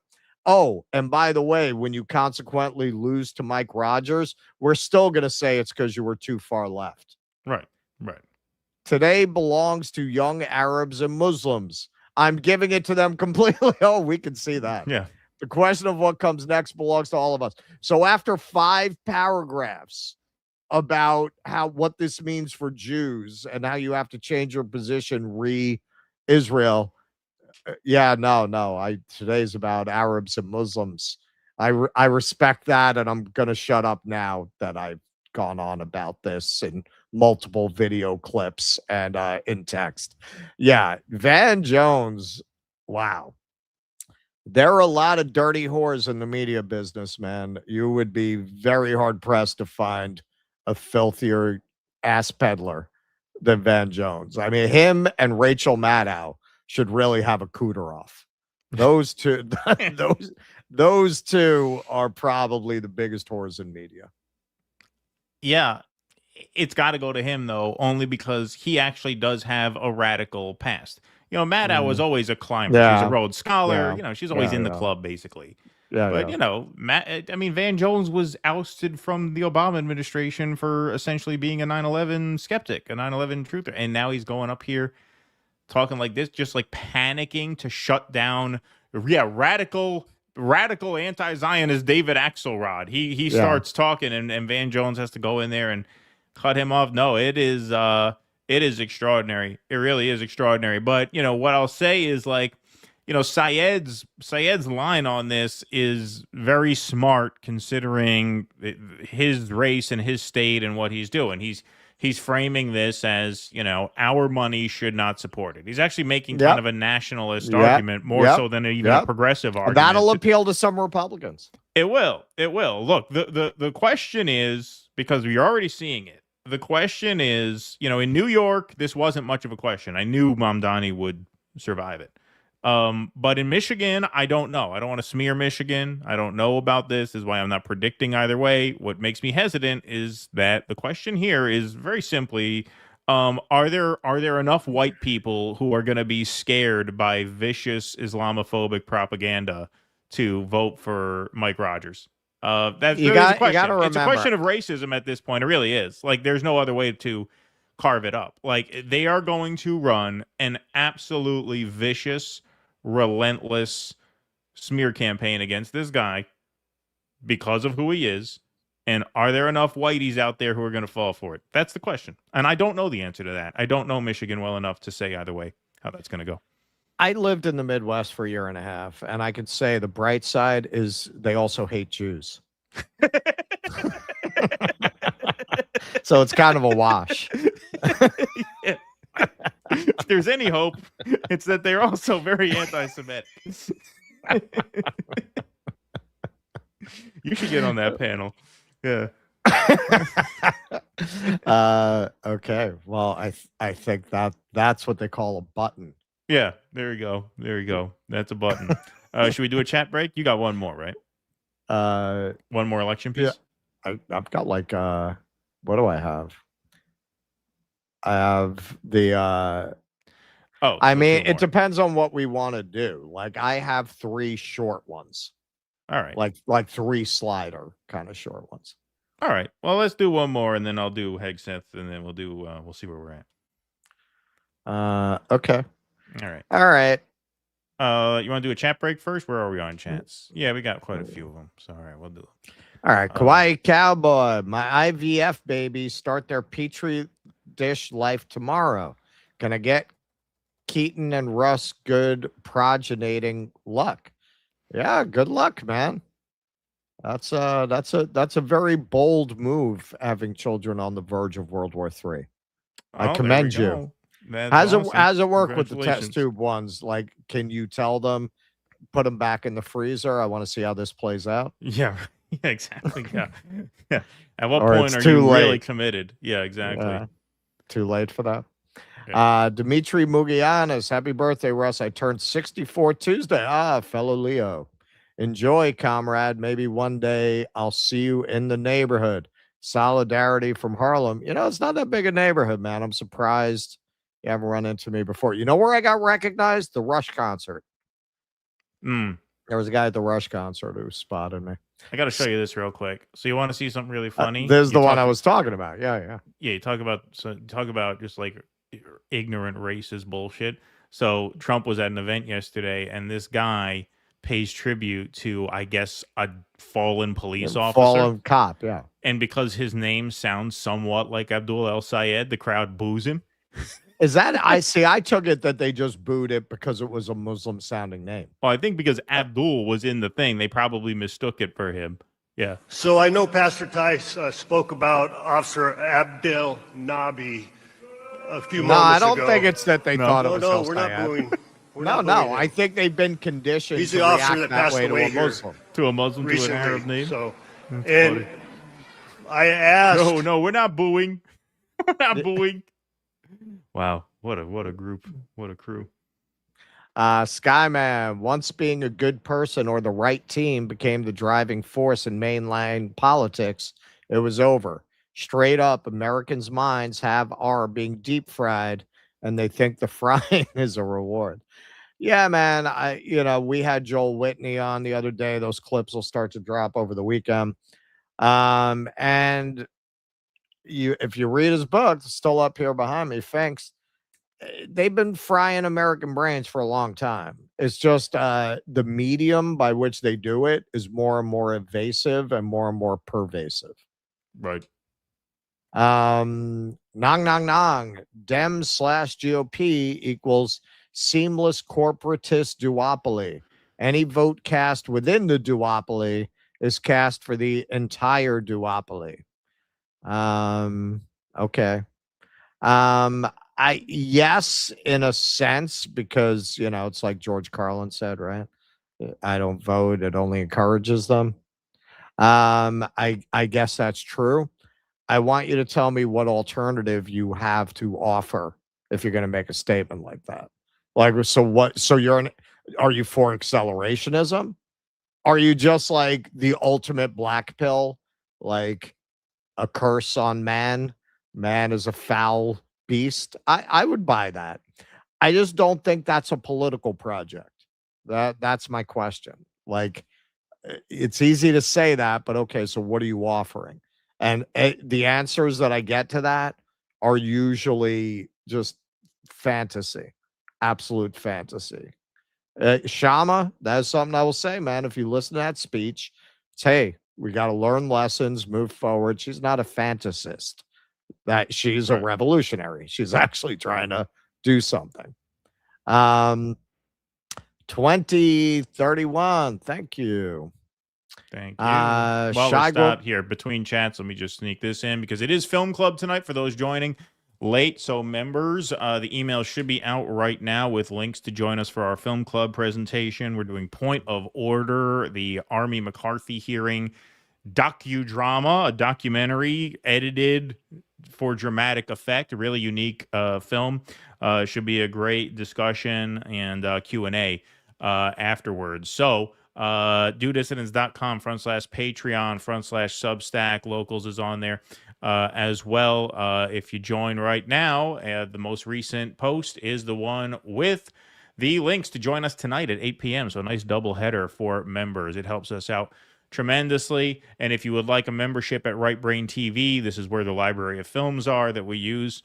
rightbraintv.com. DD 2026 gets you 40% off a Right Brain TV membership. So they have helped us out by giving us access to their library. And so if you can join and explore their catalog, I think you will get a lot out of it. So rightbraintv.com. DD 2026 gets you 40% off a membership with them. To watch tonight, become a member with us. Patreon.com/DoDissidents. $5 a month. $5 a month. All kinds of perks. All right, you got some more? All right, so I'm just since we're stopped. All right, so I said a little about Daryl Cooper on White Flight. These are some of the response I've gotten, and this is anytime we get into this territory. Jew likes to destroy white communities. Wow, shocker. The African slave, and I'm sorry, I'm actually going to trigger warning this one because it's pretty rough. The African slave traders sold the dumbest ones, which explains the endless behavioral problems their descendants exhibit. Yeah, there it is. You're Jewish, typical of your tribe. Pulled up an old tweet of mine where I said I'm Jewish, but not Zionist. White Jews, LOL. All right, so this and this is not unique. Like any time we've gotten into this. So if that's not the language he's speaking, why are so many fucking seriously deranged racists supportive of this guy to the point that they're fanatical? Why are those most of the people you hear from? Well, I only asked this question because I've seen people who are not like that, who, I really think it's the sunk cost fallacy. They spend 30 hours listening to a podcast. They don't want to believe the guy's a crackpot. Right. It makes them feel stupid. My favorite piece of audience feedback ever came from a Daryl Cooper fan, where they called us, of all the things we've been called, my favorite one was anti-white post-war consensus fanatics.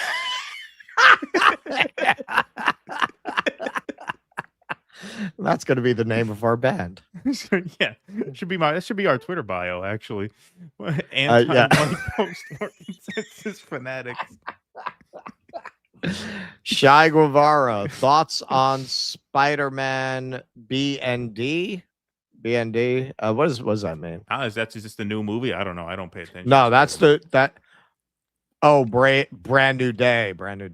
Thought it was a great movie, except for the blatant, hey kids, Spidey likes facial recognition, so should you propaganda. Did they have flock cameras? Did Doc Ock put it? Ock cameras. They had Ock cameras in this one. Doc Flock. I haven't seen it because honestly, look, man, I'm not I don't have a negative opinion about it. I just don't care, man. I checked out on the whole Marvel thing a while ago. I mean, I guess I'll see it when I get around to it, but honestly, I'm perfectly happy to wait until it's on TV. Like I just don't really. I just checked out of the whole thing. Like again, it's not that I have a negative opinion about the movie. I just don't care about it. Pete Sweet, proud of being a Michigander, born in Detroit, raised in Dearborn Heights, 30-year UAW member at GM, graduated Wayne State, all represented. There is a working class culture coming from the Motor City. See, and that's what I'm getting from El Sayed is he gets that, and I think he's able to speak to it. Michael Castillo, Russell, happy birthday, brother. The Harris impressions sound like George Wendt as Bill Swersky. Much love. Do you mean the Stevens impressions? Much love from Tucson, Arizona. Thank you, Michael. Axel Strife, get ready for exes to come out of the woodwork. Who's exes? Abdul's probably. Oh yeah, nah. See that didn't happen with Mamdani, man. Muslims seem to play it straight down the middle with that. Well, this guy, he married his college sweetheart, so there probably aren't too many. El Sayed. Yeah. So there probably aren't too many exes. You know, he married young. All right, good so for him. Good. That's what you need to compete in the political space. No pussy if you're gonna run for office. You have to just you cannot fuck with that. That's poison. You got to wear one of those cock cages. Yeah. Give the key to someone you trust. Yeah. No matter what I say, don't take my cock out of this cage. No matter how much I beg. Yeah. Scala 1366. Stevens got into Congress by defeating Andy Levin, a liberal Zionist with support from AIPAC. Ironic that this time AIPAC money was her downfall. Yeah, well, they talked a little bit about that in that clip. Mark Fitz, the right looked for allies, the left looked for traitors, same as it ever was. Love the show, gents. Ain't that the truth? Good one. Negro 4892. Happy birthday, Russ. I hope you had a good day. Well, that'll be tomorrow. Yeah. I'll be tomorrow when I return to my native homeland of Queens. There you go. To celebrate. Pete Sweet 8504. Last place that you could get Ralph Cramden's Chinese food with the sweet, sticky spare ribs and the really greasy egg rolls. I love that shit. Pete Sweet, 8504. Axelrod, Obama's AIPAC handler from the start. All right, I'll do one more. Turd Burglar. Man, guys, I am so bummed Haley didn't win the primary. One might even say I feel a little butt hurt about it. Okay. All right. EO Shush. Jayapal has the heart of Seattle with the white DSA lib type. Shama had Seattle's poor propensity voter area of Seattle, combined with the Bellevue tech suburbs, blue collar South. Guy, you ran out of characters again, but I see you down below. I was openly an accelerationist until 2020, and now I have to say yes to Russ. You are correct. I never knew they could pull off the lockdown. Interesting. That's interesting. The thing about running as an independent, most people just see names and have little or no idea who these people are on the ballot and are just going to check the name of their party affiliation. Yes, as it pertains to the low propensity voters. Yes, that's absolutely true. Happy birthday, Russell. Hey, round of applause for Cool Blue for joining us on Tuesday night. Thanks, Cool Blue. May it be a good day for you. There we go. See, that's a polite Michigander right there. Jolly good fellow. Russell has the same birthday as Newman from Seinfeld. Wayne Oh Knight. yeah. Oh yeah. Interesting. I didn't know that. What you guys think about Scott Horton, regularly sourced on Ukraine, but recently has a podcast with Daryl Cooper? Yeah, I like Scott Horton. I from what heard I've that. seen with Scott I heard Horton. that. Yeah, he does a podcast with him. But it surprised me when I heard it. I got to read his book on Ukraine, actually. I do have to read his book on Ukraine because, yeah, I like Scott Horton. Jenna Tillis, Haley Stevens, OnlyFans win. Yeah, exactly. After the general. I think Cool Blue says the 2026 U.S. Senate race from Michigan will end up being won by Abdul El Sayed. Margins for Democrat wins in Michigan, like its House vote, governor, and U.S. Senate, may closely reflect national outcomes. Interesting. All right. So you think it's going to be right in the heart of that bell curve there, right in the meat of it. Totally got the Willow reference, Russ. Very nice. There you go. Right. That's very perverse. I know. Ravid Laz, you don't have to watch his 161-hour series on World War II. You can just buy Daryl Cooper's new book, The Nazis Were Right. Trump. I like the part about the guerrillas. They were trying to make guerrilla grotto. You ran out of characters there? Oh, did I? Why aren't they fully copying over? I got to tell Jake maybe we're getting cut off. Eric Rousseau, Van Jones is Jew-splaining. That's right. Kenvin, Van Jones called Kim Kardashian a brilliant legal mind. He's probably taking money from many places. Yeah, it would not surprise me. Naam, Van Jones didn't die as a hero for Palestine back in the 90s, but lived long enough to become a vile villain. You are right. Vientigas, just in, Mitch McConnell, 84, discharged from rehab facility to continue his recovery at home after a June fall and bout of pneumonia. Really? Wow. That's crazy. So he made it. EO shush, they weren't booing. They were saying Abdul. Yeah, right. Yeah, exactly. Yeah, that's what they were doing. Yeah, I buy that. All right. You want to do one more quick one and then we'll go on to the rest of our stuff? Okay, yeah, but I pulled this up. All right. So, all right, you want to know what getting old is? When you look up the celebrities who share your birthday and you don't recognize most of the names. One name I recognize, Charlize Theron. Oh, yeah. I literally don't know anyone else on this page. No, I don't either. Do you? You don't either? No. Oh, No. so that's not just me? No, I don't know anyone else. All right. What about these? Well, all Wayne right. So Knight. there's Wayne Knight. Mike Trout, I know him, ball player. None of the others, no. Yeah, I don't know any of the others. Oh, okay. David Duchovny. There you go. Who knew? All right. Michael Shannon. Michael Shannon. Yeah. Okay. Ava Clark, I feel like I know who that is. Maybe. Let's see. Tobin Bell. I know him. So yeah, man, not a birthday with a lot with a lot of celebrities.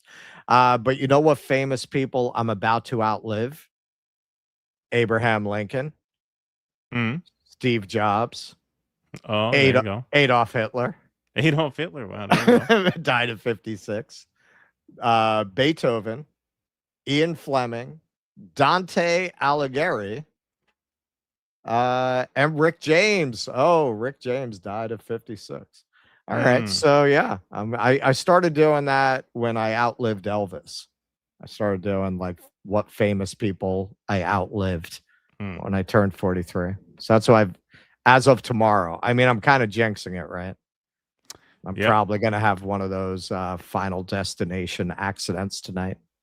We'll see. Well, you're going to be home tonight.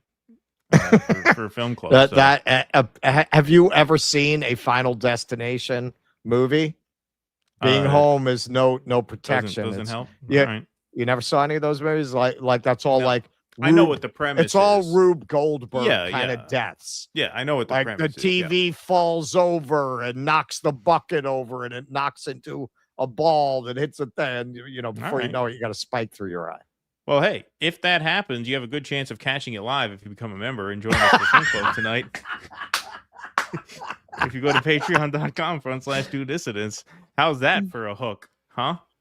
Patreon.com/do dissidents to join and become a member for our special Film Club live stream. All right. All right. So David Hogg, look, I have a soft spot for that kid. I mean, when you watched him kind of take on the Democratic establishment and get crushed, your heart kind of went out to him, like, oh, you sweet summer child. You thought they were going to let you build a movement inside their party. Yeah, why? Because you survived the school shooting. Because you think they're gonna survived the go school easy on you now? Yeah. yeah. But so this is David Hogg. I got kicked out of the DNC for daring to challenge old, corrupt, and asleep at the wheel Democrats in safe blue districts. Now, Leaders We Deserve's first incumbent challenger, Donovan McKinney, Michigan 13, has defeated Representative Shri Thanadar, LFG. Okay, so yeah, this was a race like, I don't know, man. This is another one that slipped through the cracks. Like nobody was paying attention to this. But beat him by what? Over 3, right? 3.8. Well, this was School Blues District. Yeah, he was telling us about this the that School night. Blues District. All right, so check out this piece of it that he beat. This from APAC Tracker. In 2021, Shri Thanadar was a state representative in Michigan and co-sponsored a resolution calling on Congress to halt military aid to Israel, referring to it as an apartheid state. The following year, when he ran for Congress, he faced opposition from AIPAC for supporting this resolution, so he started supporting pro-Israel policies. By 2023, he was traveling to Israel on an AIPAC-sponsored trip and consistently voting for billions in unconditional military aid. Last night, he lost his seat in Congress. Good riddance. See, that's how it works, man. That's how it works. Look at it. Here he is in Israel.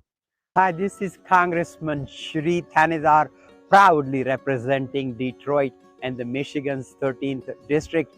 Here, and I decided the best way to demonstrate that would be to shoot a video in a foreign country that we give an ungodly amount of military aid to for no good reason at all. Yeah, he looks like such a straight shooter, this guy. Looks like such a not. Doesn't look like the kind of sleazebag who would do this at all. Not at all. I could totally not envision this guy selling big pussies fake calling cards on the streets of Newark.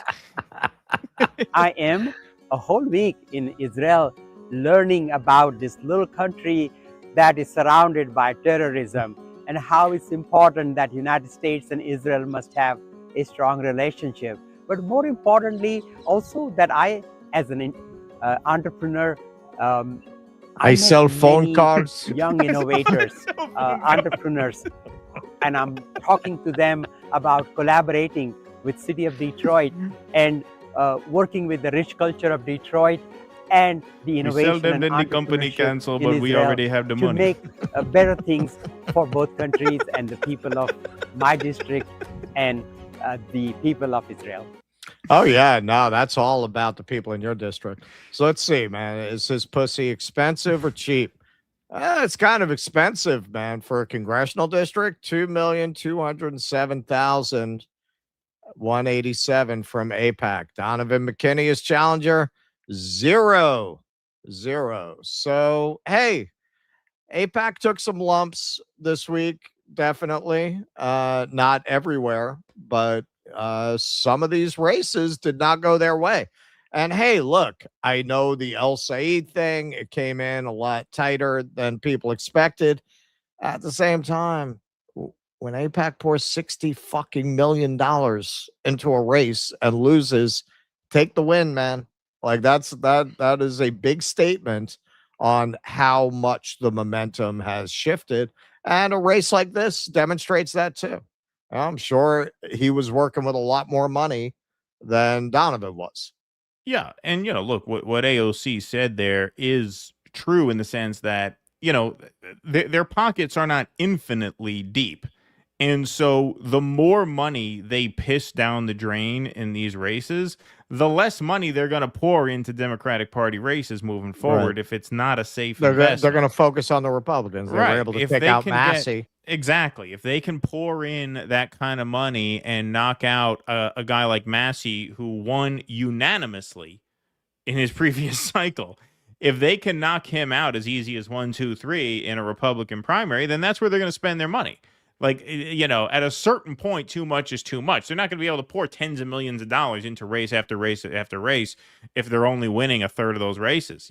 So it is going to create a sort of exodus from the party over time if that momentum continues. And it's not a fun argument to make because it's a very, very slow, torturous process. And like I said, ultimately, I do not believe that the solution to the Israel-Palestine conflict is going to come from within the American system. I think the American system is just too corrupted, and I think eventually it's possible it will be cleaned out of this influence, but not in enough time to make a real difference to far too many people. But to the extent that you see the grounds shifting in these matters, it's clearly shifting one way in one party and a different way in a different party. Like, I'm sorry, like at this point, and this is largely a function of the fact that Trump term 2 has been so bad and that so many people have left, and even independents now. I mean, you're seeing Democrats winning independents by unbelievable margins. I mean, 30, 40 points. Yeah. The Republican base now is simply a cult who does whatever Daddy says. And if Daddy is bought by Israel, then that's the beginning, middle, and end of it. People ask, how did Randy Fine get elected? How does a guy that repulsive get elected? It's very simple. Donald Trump endorsed him. Donald Trump could have endorsed any Republican in that district. He could have picked anybody. And he also picked the most rabid Zionist. What does that say about Donald Trump? What does that say about the state of the Republican Party right now? Right? A fish rots from the head down, and the only people left participating in those primaries are the ones who would put a guy like Ed Goldrein over the top against the guy who won unanimously in the previous cycle. So that's where the action's going to be now for AIPAC. Why would they keep investing in Democratic primaries if it's an unsafe investment? Yeah, well, and Krispy Kreme is headquartered in his district. Yeah, right. Yeah, yeah. That makes it he's easy. kind of a walking billboard for it. Yeah. Okay, so you know what? Because we had some feelings around the Hong thing, I kind of want to do this. This is real quick. There's literally 2 slides. All right. Okay, so this is the guy running against Hong. When people try to call me establishment, I look at that as a slur, particularly as an African-American candidate. All right, so let's take a look. There's Ken Klippenstein.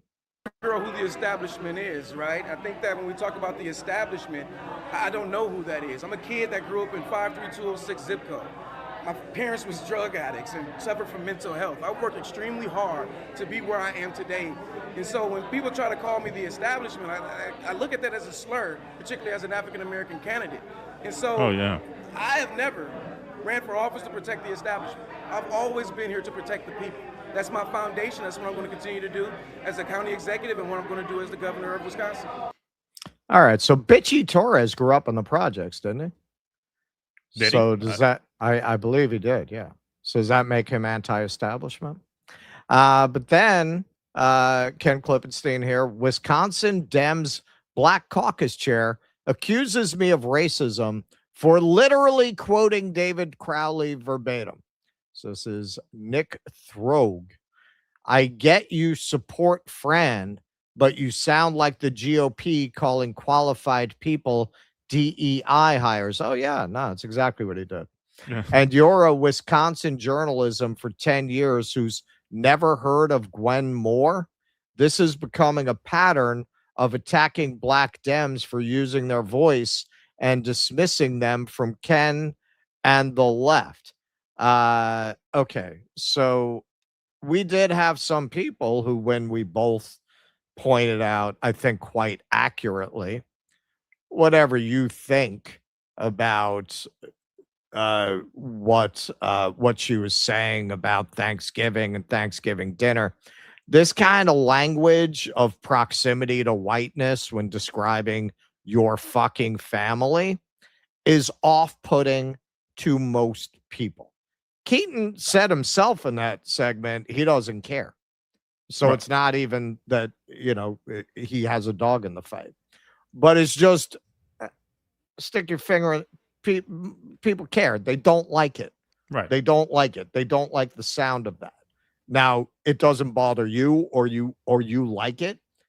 That's fine, but you have to recognize you're not normal. Right. If you define normal by what does the average person think of that, the average person does not like it. Now, I would argue philosophically, I have argued since we've had a show that this shit is completely poisonous for the left, to the point that at this point, I believe that academics with these kinds of critical theory-based ideas about race and gender were purposely elevated and given grant money to destroy the left, because this is where it goes. This is where it goes.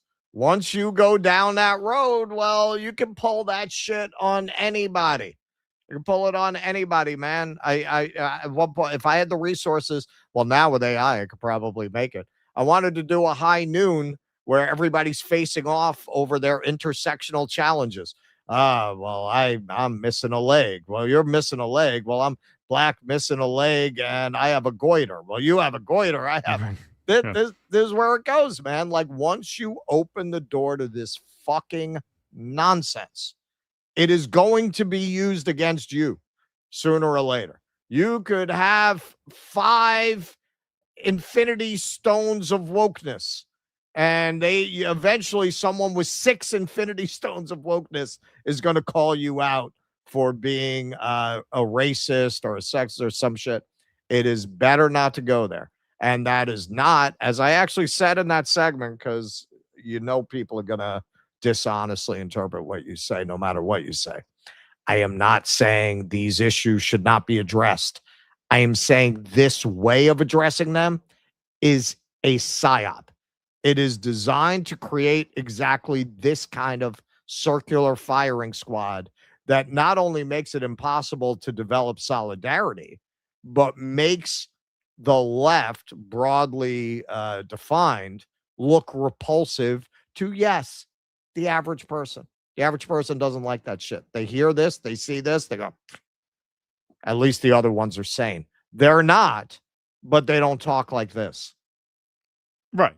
Yeah, no, absolutely. And the funny thing is, you see this now happening on both sides of this Wisconsin race, whereas, and the kind of amazing thing about it is, you see someone like Francesca Hong talk like that, and it exposes vulnerabilities in a general election, which it does. The polls between her and the Republican are pretty damn close, just like they are in Michigan between Rogers and Abdul El Sayed. These are tough states. These are not slam dunk states for Democrats. What's interesting about this is you got the guy who could exploit that as a weakness for Francesca Hong and differentiate himself, say, hey, I'm the safer general election candidate because I don't talk like that. But no, he does talk like that. So at that point, what? You want a cringe wokester who's going to give you health care, or a cringe wokester who's not going to give you health care? Right? Like, that's basically the choice that you're forcing there. And yeah, man, I do think it makes the party as a whole pretty vulnerable in these places. It would not surprise me in the least to see Democrats take the Senate this year by taking Texas and losing Michigan. To me, it is entirely possible that can happen, that they could win Texas and lose Michigan this year. I know it's not conventional wisdom to split things up like that, and overall macro trends tend to win the day, and maybe that's likely this time. But given the specifics of these races, to me, that is a possibility. All right. Let's see where we want to go here. All right. Do you have any chats over there? Just a few. Got a few. Okay. Yeah, I know. Third rail. Michigan's Arab and Muslim voters helped elect Trump. If Republicans embrace Islamophobia, they'll pay in 2028. I mean, a lot of them stayed home, didn't they? Because they want to support Harris. Yeah, I think Jill Stein actually got way more votes in Dearborn than Kamala did. Yeah. Andy Gardner, super sticker. Thank you, sir. Thank you. All right. Sorry. If Cool Blue meets Mary's warm red, will there be a lukewarm purple? Ha, good one. Good one. You guys, you rascals, you. All right, let's move on with some other news of the day here, folks. First of all, let's just get one thing squared away. We're at 823 in the like column. There we go. 1772 strong in the YouTube chats. What do we got over on Rumble? 529. Please do smash that like button and smash that subscribe button if you could. All right. Little Iran news. So this was an exclusive in Reuters 2 days ago. U.S. has used virtually all of its long-range precision missiles during Iran war, sources say. So here's a little video report on this. The U.S. Army has used up much of its global stockpile of highly accurate long-range missiles during its 5-month war with Iran, according to 3 people familiar with the data, raising concerns about the military's readiness for future conflicts. What our data suggest is that the U.S. is running low on these long-range missiles that are extremely accurate. And what that means in turn is that the U.S. might have to turn to alternate methods of fighting the war in Iran, which could bring American lives closer to the front line. Presumably, we'd see more fighter jets, we'd see more bombardments from the air. And so it leaves the administration with a big question, right? How do we continue to fight the war in Iran in a way that is both effective and also doesn't risk as many lives? And one thing we know they're looking at is trying to ramp up production of the long-range missiles, right? What happened? We have the biggest military. I rebuilt our military. For money to try to fund new production. Over $1 trillion budget, bragging about rebuilding the military over and over again, and now all of a sudden, and it's gone, like South Park. Now, apparently, according to the fake news, and we have to just give a caveat, according to the president, this is fake news, so we have to take this with a grain of salt, because I don't know who you believe, but I believe Donald Trump, of course, when he says something's fake news. Trump Hegseth clashed at Camp David over Iran missile depletion concerns. President Donald Trump's frustration over the Iran war boiled over at Camp David last week, where he demanded answers from Defense Secretary Pete Hegseth on why he had apparently been misled on extreme munitions shortages that now threaten to limit military options with Iran. 2 people familiar with the exchange told the Washington Post. Yeah, it's tough to see that coming, that Secretary Testosterone Therapy there would go through all the missiles like a raging alcoholic and be left with none for the rest of the conflict, which I guess to his credit was supposed to be over in 4 weeks. So I guess Hegseth could say, hey, you didn't say this was going to last until now. This was supposed to be over in April. Funny how these things work, huh? Every single time. See how it happens the same exact way every single time, despite what they say. Well, he was also, according to the reporting, he was one of those who said, "No, it'll be fine." It's part of his job to give the best advice that he can. Exactly. He might have wanted to mention that. Yeah. The encounter took place on the sidelines of his cabinet meeting at Camp David on Friday, where Trump vented at Hegseth that he thought the munitions issue had been fixed. I thought this was fixed. According to both persons familiar with the conversation, who, like others, spoke on the condition of anonymity due to fear of retaliation. What happened to the Patriot missile tree? You told me we had a tree. Yeah. That was a metaphor. What do you mean? The shortages, particularly in long-range guided missiles and air defense interceptors, have been part of the reason Trump has pulled back from launching additional massive strikes against Iran in recent days, one of the sources said. Trump said Monday that he had subsequently called off the biggest attack since World War II, pending claims of new negotiations over the Strait of Hormuz. While the United States has announced new production agreements for some of the most critical munitions, such as Patriot air defense missiles, the munitions themselves can take as long as 2 years to produce, and there's no immediate relief in sight for the shortages. In the first month of fighting alone, the U.S. fired off more than 850 Tomahawk cruise missiles and more than 1,000 Patriot and terminal high-altitude area defense systems, THAAD missiles, the Post previously reported. And yet the Iranian army is not obliterated like they kept promising that it was over and over.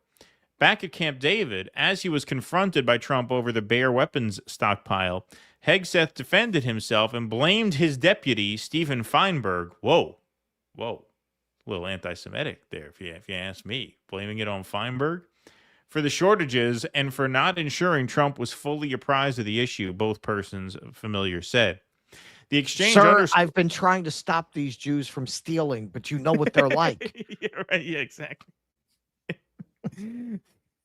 The exchange underscored Trump's increasing frustration with his defense secretary, who was one of the biggest early advocates for taking military action against Iran, convincing Trump it would be quick and relatively easy win. Like you said, Hegseth was one of the ones who bought it.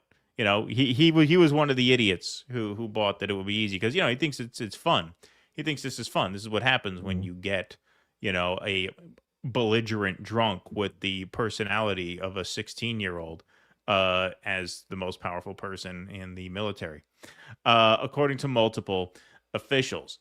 This is 100% fake news, literally never happened, and President Trump has the utmost confidence in Secretary Hegseth, said White House Press Secretary Carolyn Leavitt in response to questions from the Post. So she knew this article was coming, and she was ready for it. As soon as Tara Kopp there dropped the exclusive on Twitter, she's here, Carolyn Leavitt. I was at Camp David with President Trump and Secretary Hegseth. This literally never happens, and we told the Washington Post that repeatedly. This BS story was shopped to many outlets by someone clearly out to disparage the secretary for whatever reason. Unfortunately for them, the president loves the secretary and thinks he's doing a tremendous job. Fake news. Yeah, that's kind of what George W. Bush said until the 2006 midterms. And if you remember, Donald Rumsfeld was let go November. I forget what the exact date was, but first week in November, like within a couple days of the midterms, he was out. This news is as fake as the insinuation that I didn't marry a senior citizen with a lot of money for love. Yeah. Donald J. Trump troots out. The U.S. has massive amounts of munitions, in quotes, especially of certain types. Hard to believe why the Iranians don't take this guy's chest pounding all that seriously. Additionally, large amounts are being manufactured and shipped to the U.S. as needed. Defense companies are building the largest number of plants and factories in our country's history. The leakers of these treasonous statements are being hunted down. Long-term jail sentences will be sought. President DJT. I mean, at this point, what does it takes matter? years to build plants and factories. You know that, right? Yeah, exactly. Like, you're threatening to obliterate Iran next week. So if, you know, more missiles are on the way, that doesn't really help you next week. Now, I'm of the opinion, even if we did have these missiles, he would taco every time, because as we've demonstrated numerous times and has been demonstrated numerous times on numerous other esteemed programs, the war is not winnable. You can't hit Iran the way he's threatening to hit Iran. If you do that, they hit our allies in the region, which causes a massive humanitarian crisis in the region and a global depression, which is a long way of saying checkmate, they win, we're fucked. So we can't do this anyway, even if we had the weapons. But now it seems like we literally can't do it if we don't have enough weapons. The U.S. launched Operation Epic Fury, already facing shortfalls in critical munitions. Well, how'd that happen? Didn't they? I don't understand that. Didn't they promise we were rebuilding the military? What happened? In the summer of 2025, it expended more than a quarter of its total inventory of THAAD interceptors during Israel's 12-day war. Wow. That's a lot in 12 days. More than a quarter of its total inventory during Israel's 12-day war and Operation Midnight Hammer, where U.S. forces struck Iran's nuclear sites. The current conflict has made those inadequacies even worse, said Brad Bowman, an Army veteran and senior director at the Foundation for Defense of Democracies. I mentioned Rumsfeld. Rumsfeld was a pretty incompetent guy and an absolute evil monster to his bones. I am not in any way suggesting that Donald Rumsfeld is the moral superior to Pete Hegseth, but even bumbling fuck up that Rumsfeld was, there's a baseline competence where like this wouldn't happen. Like this is the thing. These people, in addition to being complete sociopaths, they're absolute fucking morons. Like absolute fucking incompetent imbeciles. While Hegseth and the Pentagon have announced numerous new industry framework agreements to rebuild the arsenal, defense firms, quote, aren't going to start bending metal until you have a contract and congressional appropriations, Bowman said. As a result, it could be years, not weeks, not months, years before the inventories are rebuilt. We're often talking years between spending what we need to spend, getting the contract signed, and delivery, he said. You don't just flip the switch and suddenly the munition appears in the hands of the war fighter. And for those, here's the peace president's military footprint so far, just so you understand where some of these missiles went.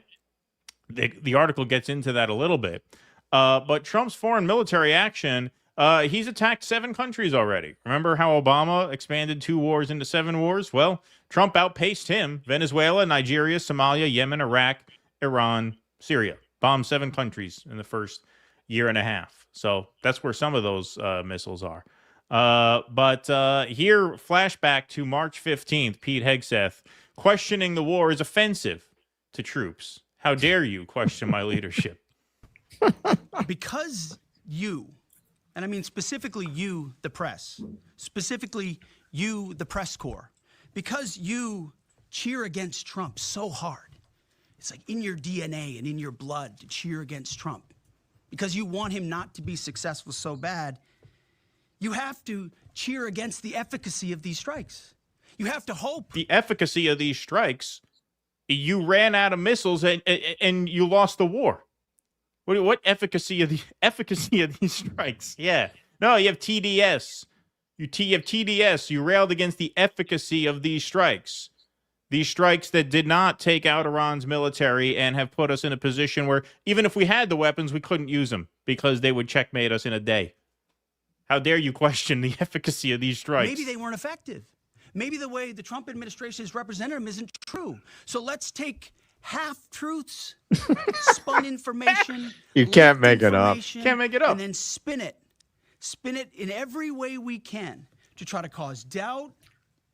Manipulate the public mind over whether or not our brave pilots were successful. How many stories have been written about how hard it is to, I don't know, fly a plane for 36 hours? Has MSNBC done that story? Has Fox? You ever shit in a coffee how can? hard that is?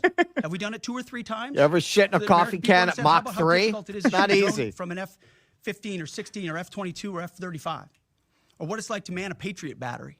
Or how hard or what it's like to have to fuck a woman twice in an hour. You ever hear of a refractory period? Well, thankfully, that's not a problem anymore because our men, our war fighters, are on testosterone replacement therapy. They can go all night now, thanks to me. Thank you very much. But you don't want to write about that. No, you want to naysay. You want to sow doubt. You want chaos. You want to run down our brave men in our fighting force who are now out of missiles in a war we've already lost. I mean, you can't make it up. They describe the sensation as numb and soulless, but God damn it, they can perform. Yeah, exactly. Exactly. I mean, like I said, man, Rumsfeld was fired right after the midterms. Of course, in all seriousness, I believe the reporting. I do not believe there's no tension there. There's been other reporting that says Donald Trump has snapped at his staff recently because he realizes what we know he realized when he signed the MOU. He said it on stage. Comes on stage at the G7. Look, I can't be Herbert Hoover. It's not fair that Iran doesn't get missiles. Like, he said everything that his critics have been saying, and now he's forced back into this posture by the Israelis, but doesn't have the materials to back it up, much less the strategic positioning to back it up. So yeah, now there's going to be division in the ranks. There's going to be chaos. There's going to probably be some firings and some staff shakeups as the midterms approach, if not immediately after. Would not surprise me if they try to make a big personnel move to signal that they're on the right track right before the midterms as an October surprise. Oh, goddamn, Hegseth lost all the missiles, and that's why we lost the war. Something to try and rewrite this narrative, because it's just coming apart at the seams. And part of why it's coming apart at the seams is because in addition to having a completely compromised government, you have a completely incompetent government of just laughable idiots. It is the gang that can't shoot straight. It really is. Yeah, there was too much election stuff to do today, but we were going to cover, like, they almost killed Trump. Yeah, they almost fucked that up with the plane crash. They almost hit, what, his helicopter, right? Yeah, they almost crashed a plane into his helicopter. Yeah. Yeah. The Pete Hegseth thing is kind of amazing because, you know, you've had people like, say, Ronald Reagan, who were very good at acting the part. Yeah, Right. there was, I can't remember where I saw this. Somebody did this years ago. I'll never find this, where they showed Reagan doing a commercial in the 60s, and they showed him giving a speech as president, and it was exactly the same, beat for beat. Right. He hit all his lines exactly the same way. Reagan famously was quoted as saying, I don't know how anyone who wasn't an actor could do this job. So yeah, could you find some Chris Christopherson type who could plausibly play the part of the defense secretary who's incompetent? You didn't even get that. Everything about Pete screams shaky beta drunk. Right. He always sounds like he's on the verge of kicking over a table and crying. Yeah, and then the media, they say things about me. Like, he always sounds like he's about to start bawling. He doesn't even read as this plausible TV defense secretary. Like, I don't know why Trump would have watched that on TV and thought that would play. He seems like a beta. He seems like a weak, shaky drunk. That's how he reads. Well, you know, I think a lot of it, sorry to cut you off, but I think some of it is maybe Trump didn't realize he was going to get forced into this war. So he figured he'll just look good on TV. Okay. And that's another thing. Well, but he doesn't look good on TV. That's what doesn't make any sense about it. Not in this position. It's too stressful. He's not plausible. Yeah. On as Fox, a defense secretary. Yeah. Like, there are certain people who, like in that Reagan-esque way, would play the role well, even if they weren't good at it. Right. I don't see how you watched this guy and thought he was going to come off as anything other than a frat boy who doesn't know what he's doing. And that's exactly, he doesn't even read as an alpha. That's what I don't get about it. He reads as a beta. He doesn't even read as an alpha. Not even in a, moronic, overconfident kind of a way. Like, he reads as a guy who's way in over his head. And he did from day one.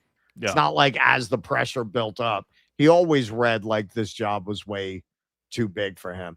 And I think that is part of how we got into this, because we've pointed out how every president, even Biden with his melting brain, would not cross this bridge. But you have to remember, they all probably also had defense secretaries who explained this to them. Right. And Trump uniquely did not. That's a good point. That's a very good point. Like, we don't know much about Lloyd Austin because he's just a deep state functionary.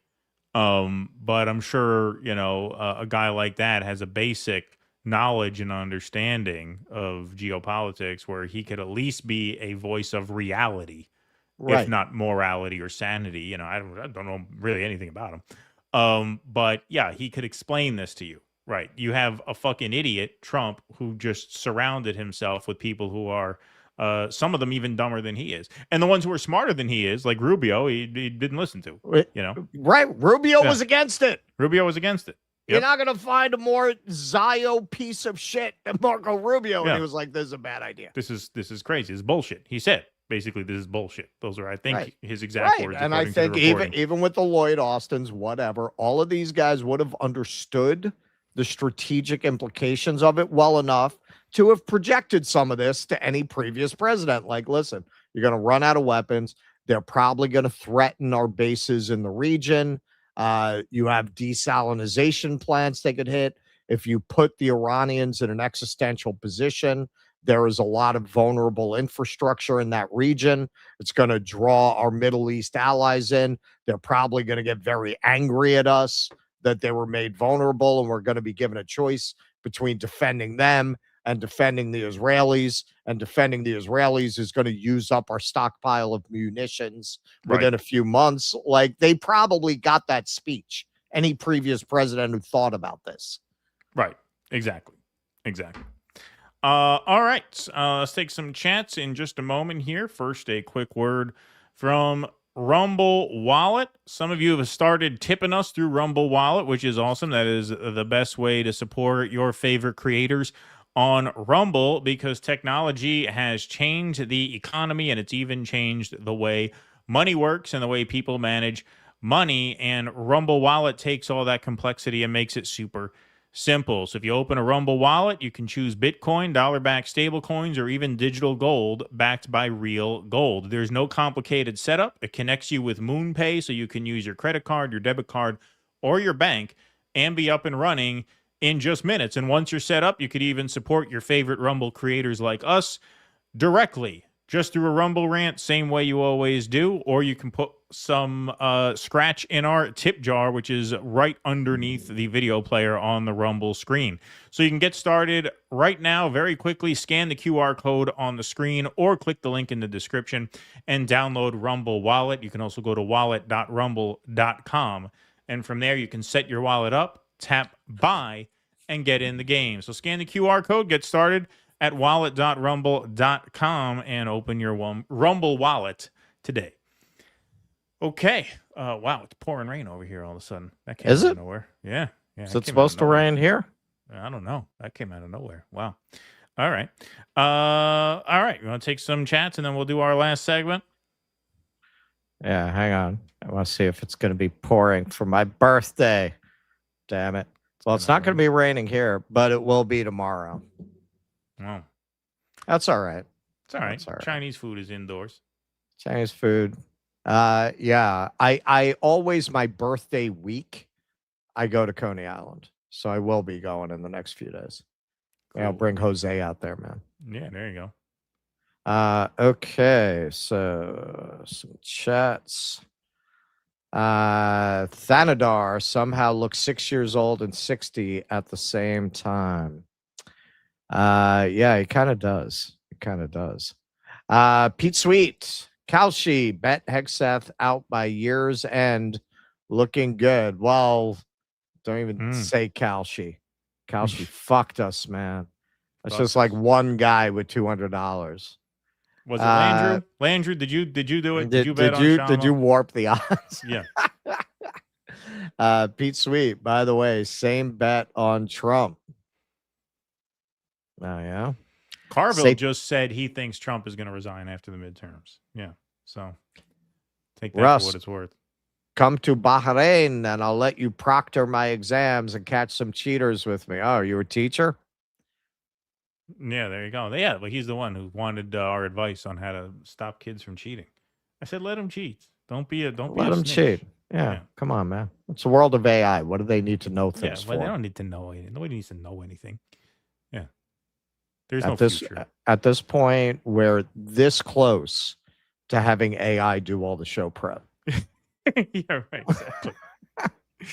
Professor Brown note of Cool. Oh, sorry. Got that one already. Cool Blue. Russell, my brother turned 58 in April. He already thinks of himself as old. I turned 55 this month. I will not consider labeling myself old until I become age eligible for Social Security. There you go. There you go. It's a good way to look at it. Vienticus. Oh, by the way, the Screen Act seemed to die yesterday, but KOSA is moving forward. People might want to call their representatives and tell them no age verification bullshit. Oh, okay. Is that what the Screen Act is? All right. All right. I support that. I support that. Speaking of stupid politicians and bureaucrats, I'm still surprised hardly anyone references Dan Quayle. That's right. Yeah, he's kind of fallen out of the conversation. I'm late. Happy birthday, Russ. Here's for another t-shirt. There we go. Ah, thank you. Broad says stuff. Ugly Old Broad. Oops, meant to toss a little more to the t-shirt fund. All right. Thank you, Ugly Old Broad says stuff. Appreciate you. I was running out of room, but now I got new furniture. There you go.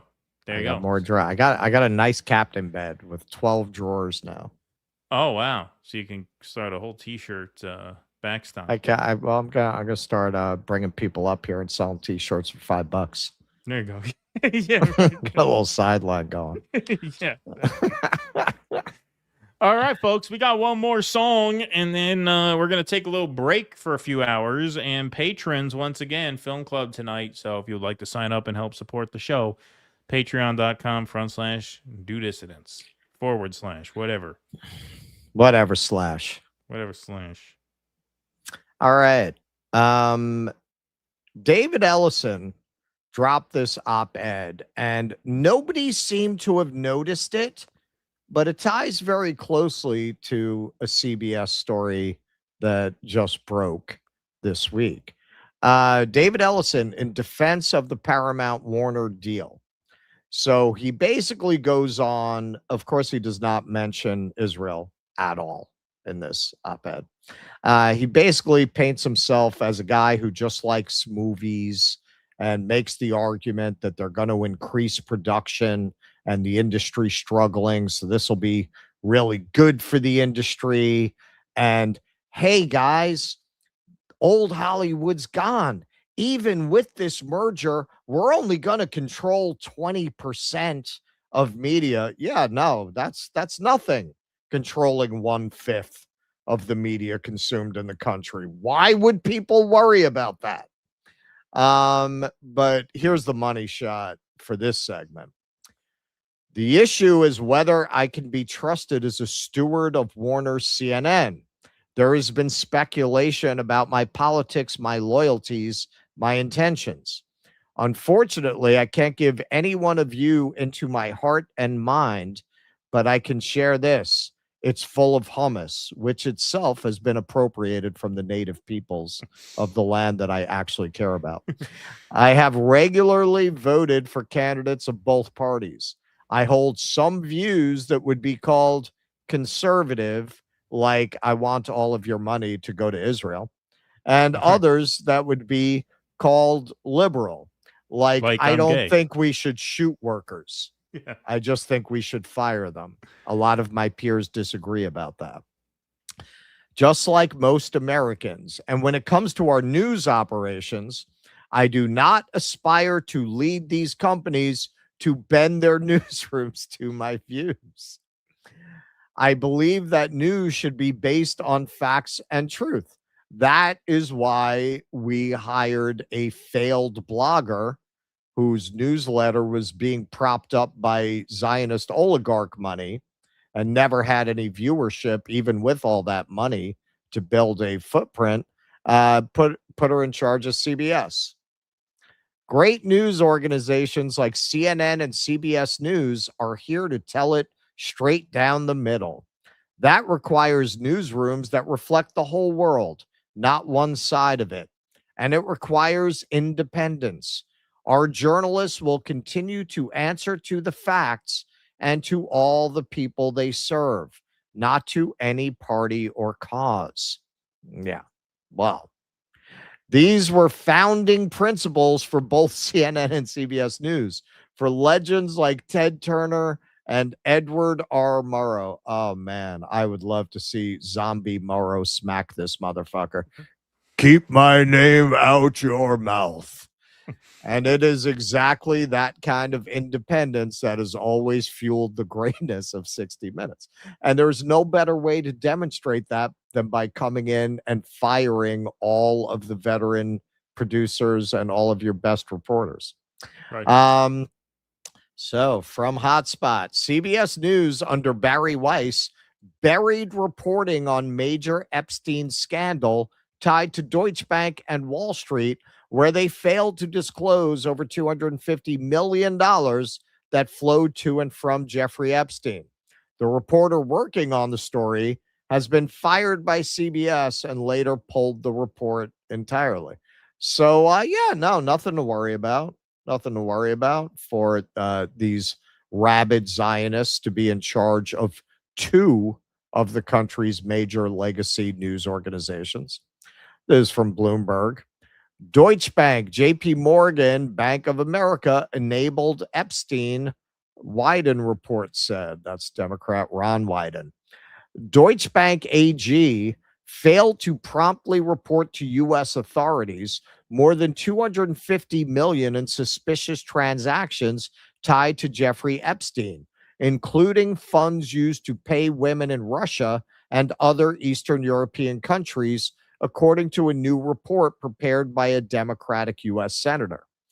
Bank of America corporations reported 170 million in Epstein-related transactions connected to billionaire Leon Black, including some that the bank said had, quote, no apparent economic, business, or lawful purpose, unquote, 5 to 7 years after they took place, according to the 67-page report by Senator Ron Wyden, an Oregon Democrat who serves as the ranking minority member of the Senate Finance Committee.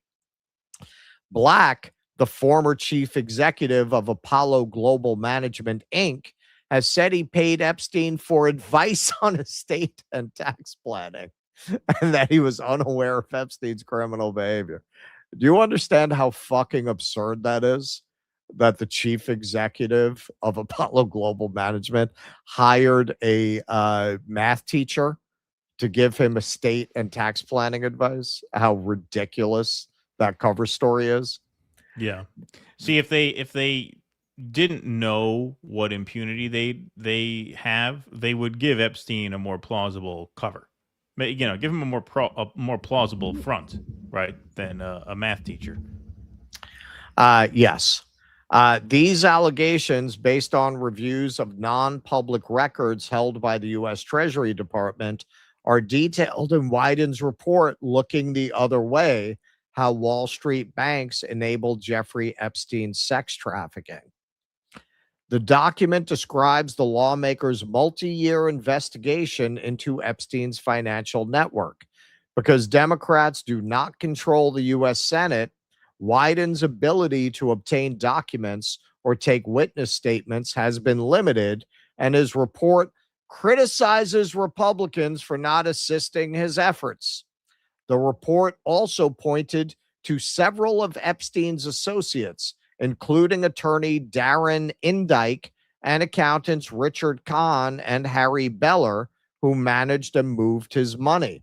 Quote, at Epstein's direction, these three individuals executed thousands of suspicious cash withdrawals and wire transfers, potentially in furtherance of human trafficking, the report said. Disturbingly, federal prosecutors have never even questioned them in connection with criminal investigations. Never even questioned. The report said that the bank's failure to file notices of Epstein's suspicious financial transactions in a timely fashion exposed broader weaknesses in Wall Street's anti-money laundering controls, where compliance failures allowed a high-risk client to maintain access to the financial system for years. Yeah, because he was bringing in other clients. He was bringing in rich clients. They didn't want to stop the gravy train. Quote, investigations into the crimes of Jeffrey Epstein have thus uncovered an important finding that extends beyond Epstein himself. Wall Street banks have been willing to turn a blind eye to the suspicious transactions of ultra-wealthy clients, even if the failure to scrutinize and report these transactions runs directly afoul of federal law, the report said. If federal prosecutors are serious about preventing the next Jeffrey Epstein, they must hold Wall Street accountable. The report also says Wyden was interviewed about his investigation in March by then 60 Minutes correspondent Sharon Alfonsi for a segment the news program was reporting about Wall Street banks and the U.S. Virgin Islands government's relationship with Epstein. 2 months later, CBS News fired Alfonsi after she publicly criticized CBS News leadership and editor-in-chief Bari Weiss's editorial decisions involving a different segment, she reported. Neither the Wyden interview nor the broader Epstein story has aired. And if you remember, that was the Venezuela CCOT story that she was behind. And she came out and said, yeah, they pulled this story for no reason at all. A spokesperson for CBS News confirmed that Alfonsi had interviewed Wyden for a potential segment in March, but said the full story did not come together for airing during the 60 Minutes season that concluded in May. The spokesperson would not comment on any plans for the program's next season. And this is updated from Jason Leopold from CBS. Quote, "We are proud of our aggressive and extensive reporting on the Epstein scandal. That reporting continues. We air pieces when they are ready, and suggesting that an interview is being suppressed for any reason is categorically false." Yeah. Like the Venezuela CCOT piece, where they hid behind the false claim they didn't have enough quotes from the administration. The administration had been asked, they refused to participate. So by that standard, you can't run anything where the party you're exposing is hostile to the report. Right. Because they're always going to refuse to comment, right?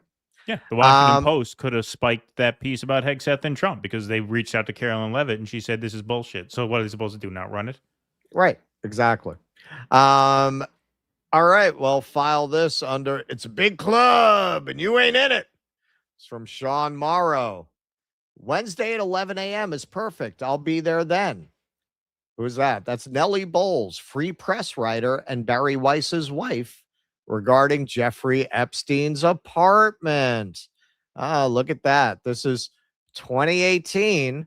They're going back and forth. This is Nellie Bowles, confirmed. Good morning, Nellie. Reconfirming you will come see Jeffrey today at 11 a.m. Thanks. Confirmed. Big club and you ain't in it. Well, my favorite tweet of mine of all time, personal favorite, is when it came out that Bari Weiss was in the Epstein files. I said, breaking, Jeffrey Epstein no longer least likable person in the Epstein files. Well, you'd be hard pressed to find which of these two are the least likable. From Kathleen Kruger. LOL at this pic of Bari Weiss in Sun Valley with Sheryl Sandberg, who's toting a copy of John Fetterman's book. Lean in, gals. Lean in. Yeah, there are your girl bosses. There's that girl boss feminism for you. This is the COO of Meta, Sheryl Sandberg, who in a documentary began crying, recounting how she traumatized her Goyim friends, asking if they would hide her if anti-Semites came from the government, I guess, to lock her up. Yeah. Tell you what, I'll hide your money. Give me your money. I'll keep an eye on that for you. Give me your Jew gold. Yeah. James Lee. If we actually lived under capitalism, rivals NBC and ABC would rush to amplify this story to crush CBS Free Press. But instead, what we have is cronyism, with media giants working to suppress the Epstein story because they're all complicit. Nick Cruz. This is why we call it the Epstein regime. Epstein couldn't exist without support from major financial institutions and the corrupt PDF file protecting media class. Yeah, you want to see some evidence of that? A lot of you have probably seen this. Some of you maybe not. This is reporter Amy Roback complaining on a hot mic that she had the Epstein story years before it broke and they wouldn't run it. 3 years. I've had this interview with Virginia Roberts. We would not put it on the air. First of all, I was told, who's Jeffrey Epstein? No one knows who that is. This is a stupid story. Then the palace found out that we had her whole allegations about Prince Andrew and threatened us a million different ways. We were so afraid we wouldn't be able to interview Kate and Will that also quashed the story. She had pictures, she had everything. She was in hiding for 12 years. We convinced her to come out. We convinced her to talk to us. It was unbelievable what we had. Clinton, we had everything. I tried for 3 years to get it on, to no avail, and now it's all coming out, and it's like these new revelations, and I freaking had all of it. I'm so pissed right now. Like Brad Edwards, the attorney, 3 years ago, saying there will come a day when we will realize Jeffrey Epstein was the most prolific pedophile this country has ever known. And I had it all 3 years ago. First of all, I was told, who's Jeffrey Epstein? How many? Sick. It's degenerate and sick. How many more victims were created in those years that ABC refused to air this report? How many more victims were there who could have been spared? And hey, not just ABC, Clip Keeper. Remember when ABC reported on NBC killing Ronan Farrow's Weinstein story while they had killed the Epstein story? Yeah. Big club. You ain't in it.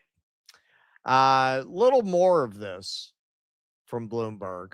An administration official said the Treasury has fully cooperated with valid requests for information from Congress, which further demonstrates that Senator Wyman's public tantrum is simply a pathetic attempt at political theater. The official also said that the information Wyden's office sought can be accessed by, quote, 25,000 law enforcement officers across 400 different state and local agencies. Wyden's report also says that all three banks failed to turn over documents about Epstein requested by Wyden and refused to cooperate with his investigation. The document also criticizes Senator Marsha Blackburn, a Tennessee Republican, and other GOP lawmakers, saying they obstructed his investigation by blocking the passage of legislation that would have compelled Treasury to release the SARs. A spokesperson for Blackburn didn't respond to a request for comment. Isn't that weird? Isn't that weird? Like, why would you block that? Why would you block that unless you're covering up for very powerful people who are going to be exposed if that's released? In regards to Treasury, Bessent's department, wasn't Bessent the guy who crashed the British pound? I thought all these right wingers cared a lot about that until Sounds they like a did. globalist to me. Sounds like a globalist.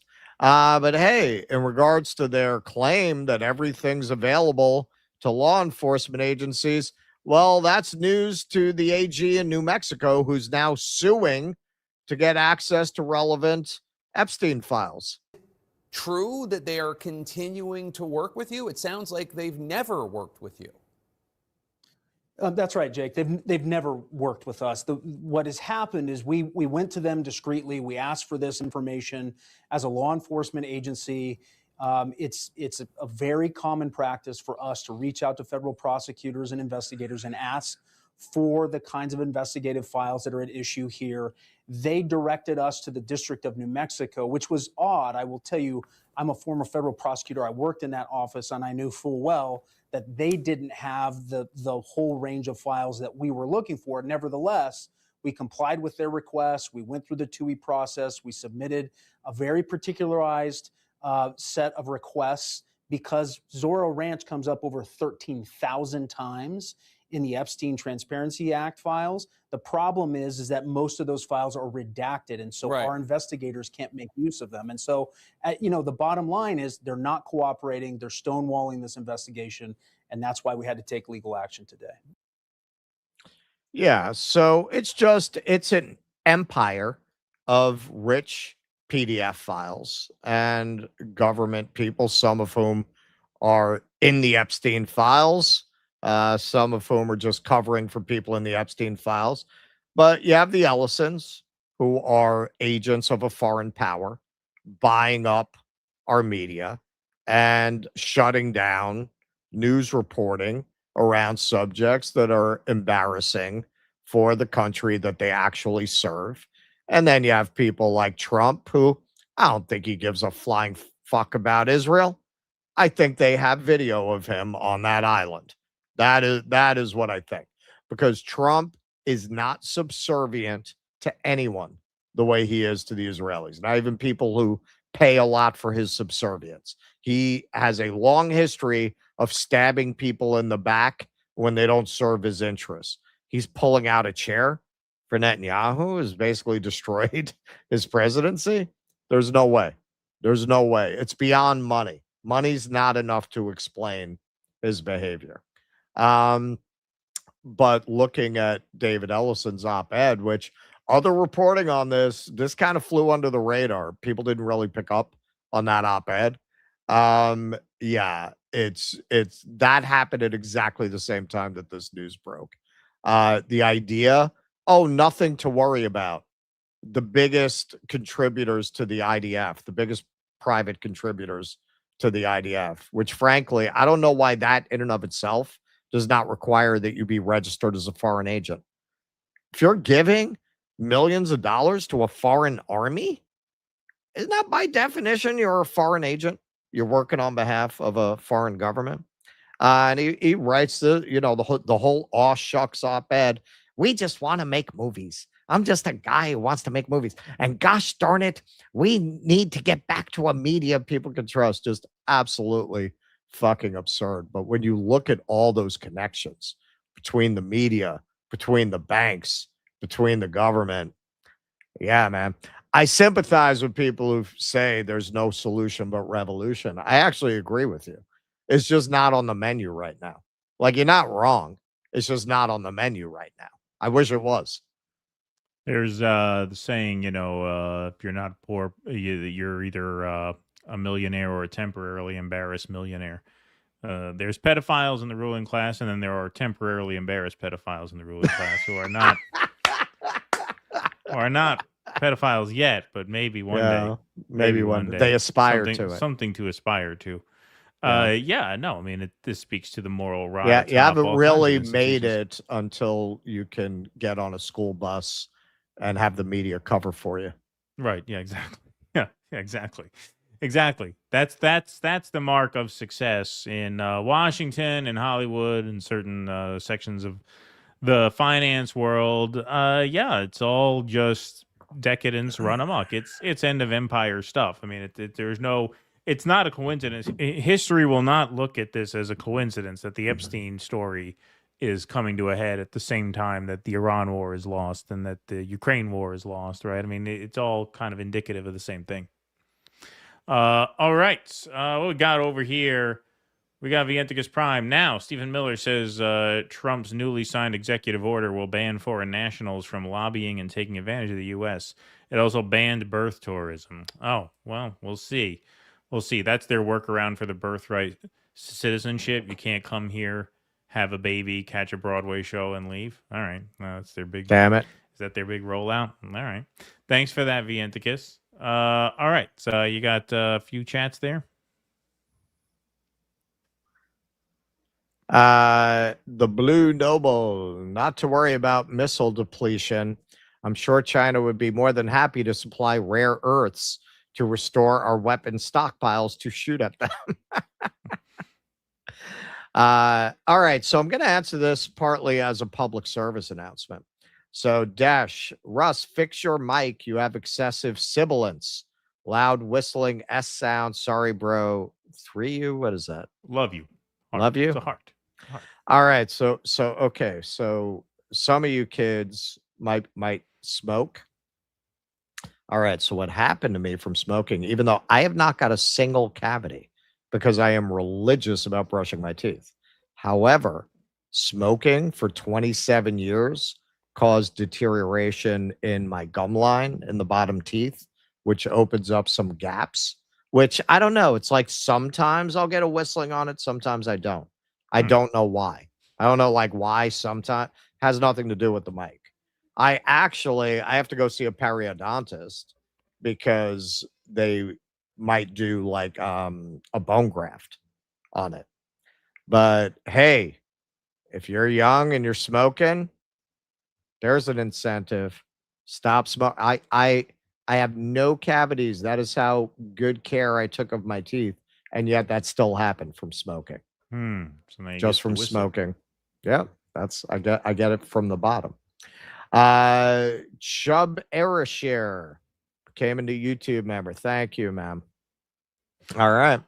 All righty. Well, that's our show, everybody. Thanks very much for watching. We will be live at 8 p.m. for members. So if you'd like to sign up, patreon.com/do dissidences where you go for that. Link is going to be in the email. If you are a member, if you sign up now, the link will be the top post of the queue on any platform, Patreon, Substack, or Locals. Please do subscribe to our Substack. We're going to be populating the Substack with all kinds of content starting next week. I am interviewing Mark Mitchell, who formerly worked at Rasmussen Polling, to talk about some of the the polling in the midterms and the MAGA exodus, and then we have tons more coming up out on Substack. So dudissidence.substack.com. That's free newsletter, and there will be a lot of content dropping there first before it hits the YouTube channel in the coming weeks, and then we're going to start doing articles again soon. So please do sign up over there. And if you're a paid member, then you get access to the film club tonight. That is the top post on the queue right now.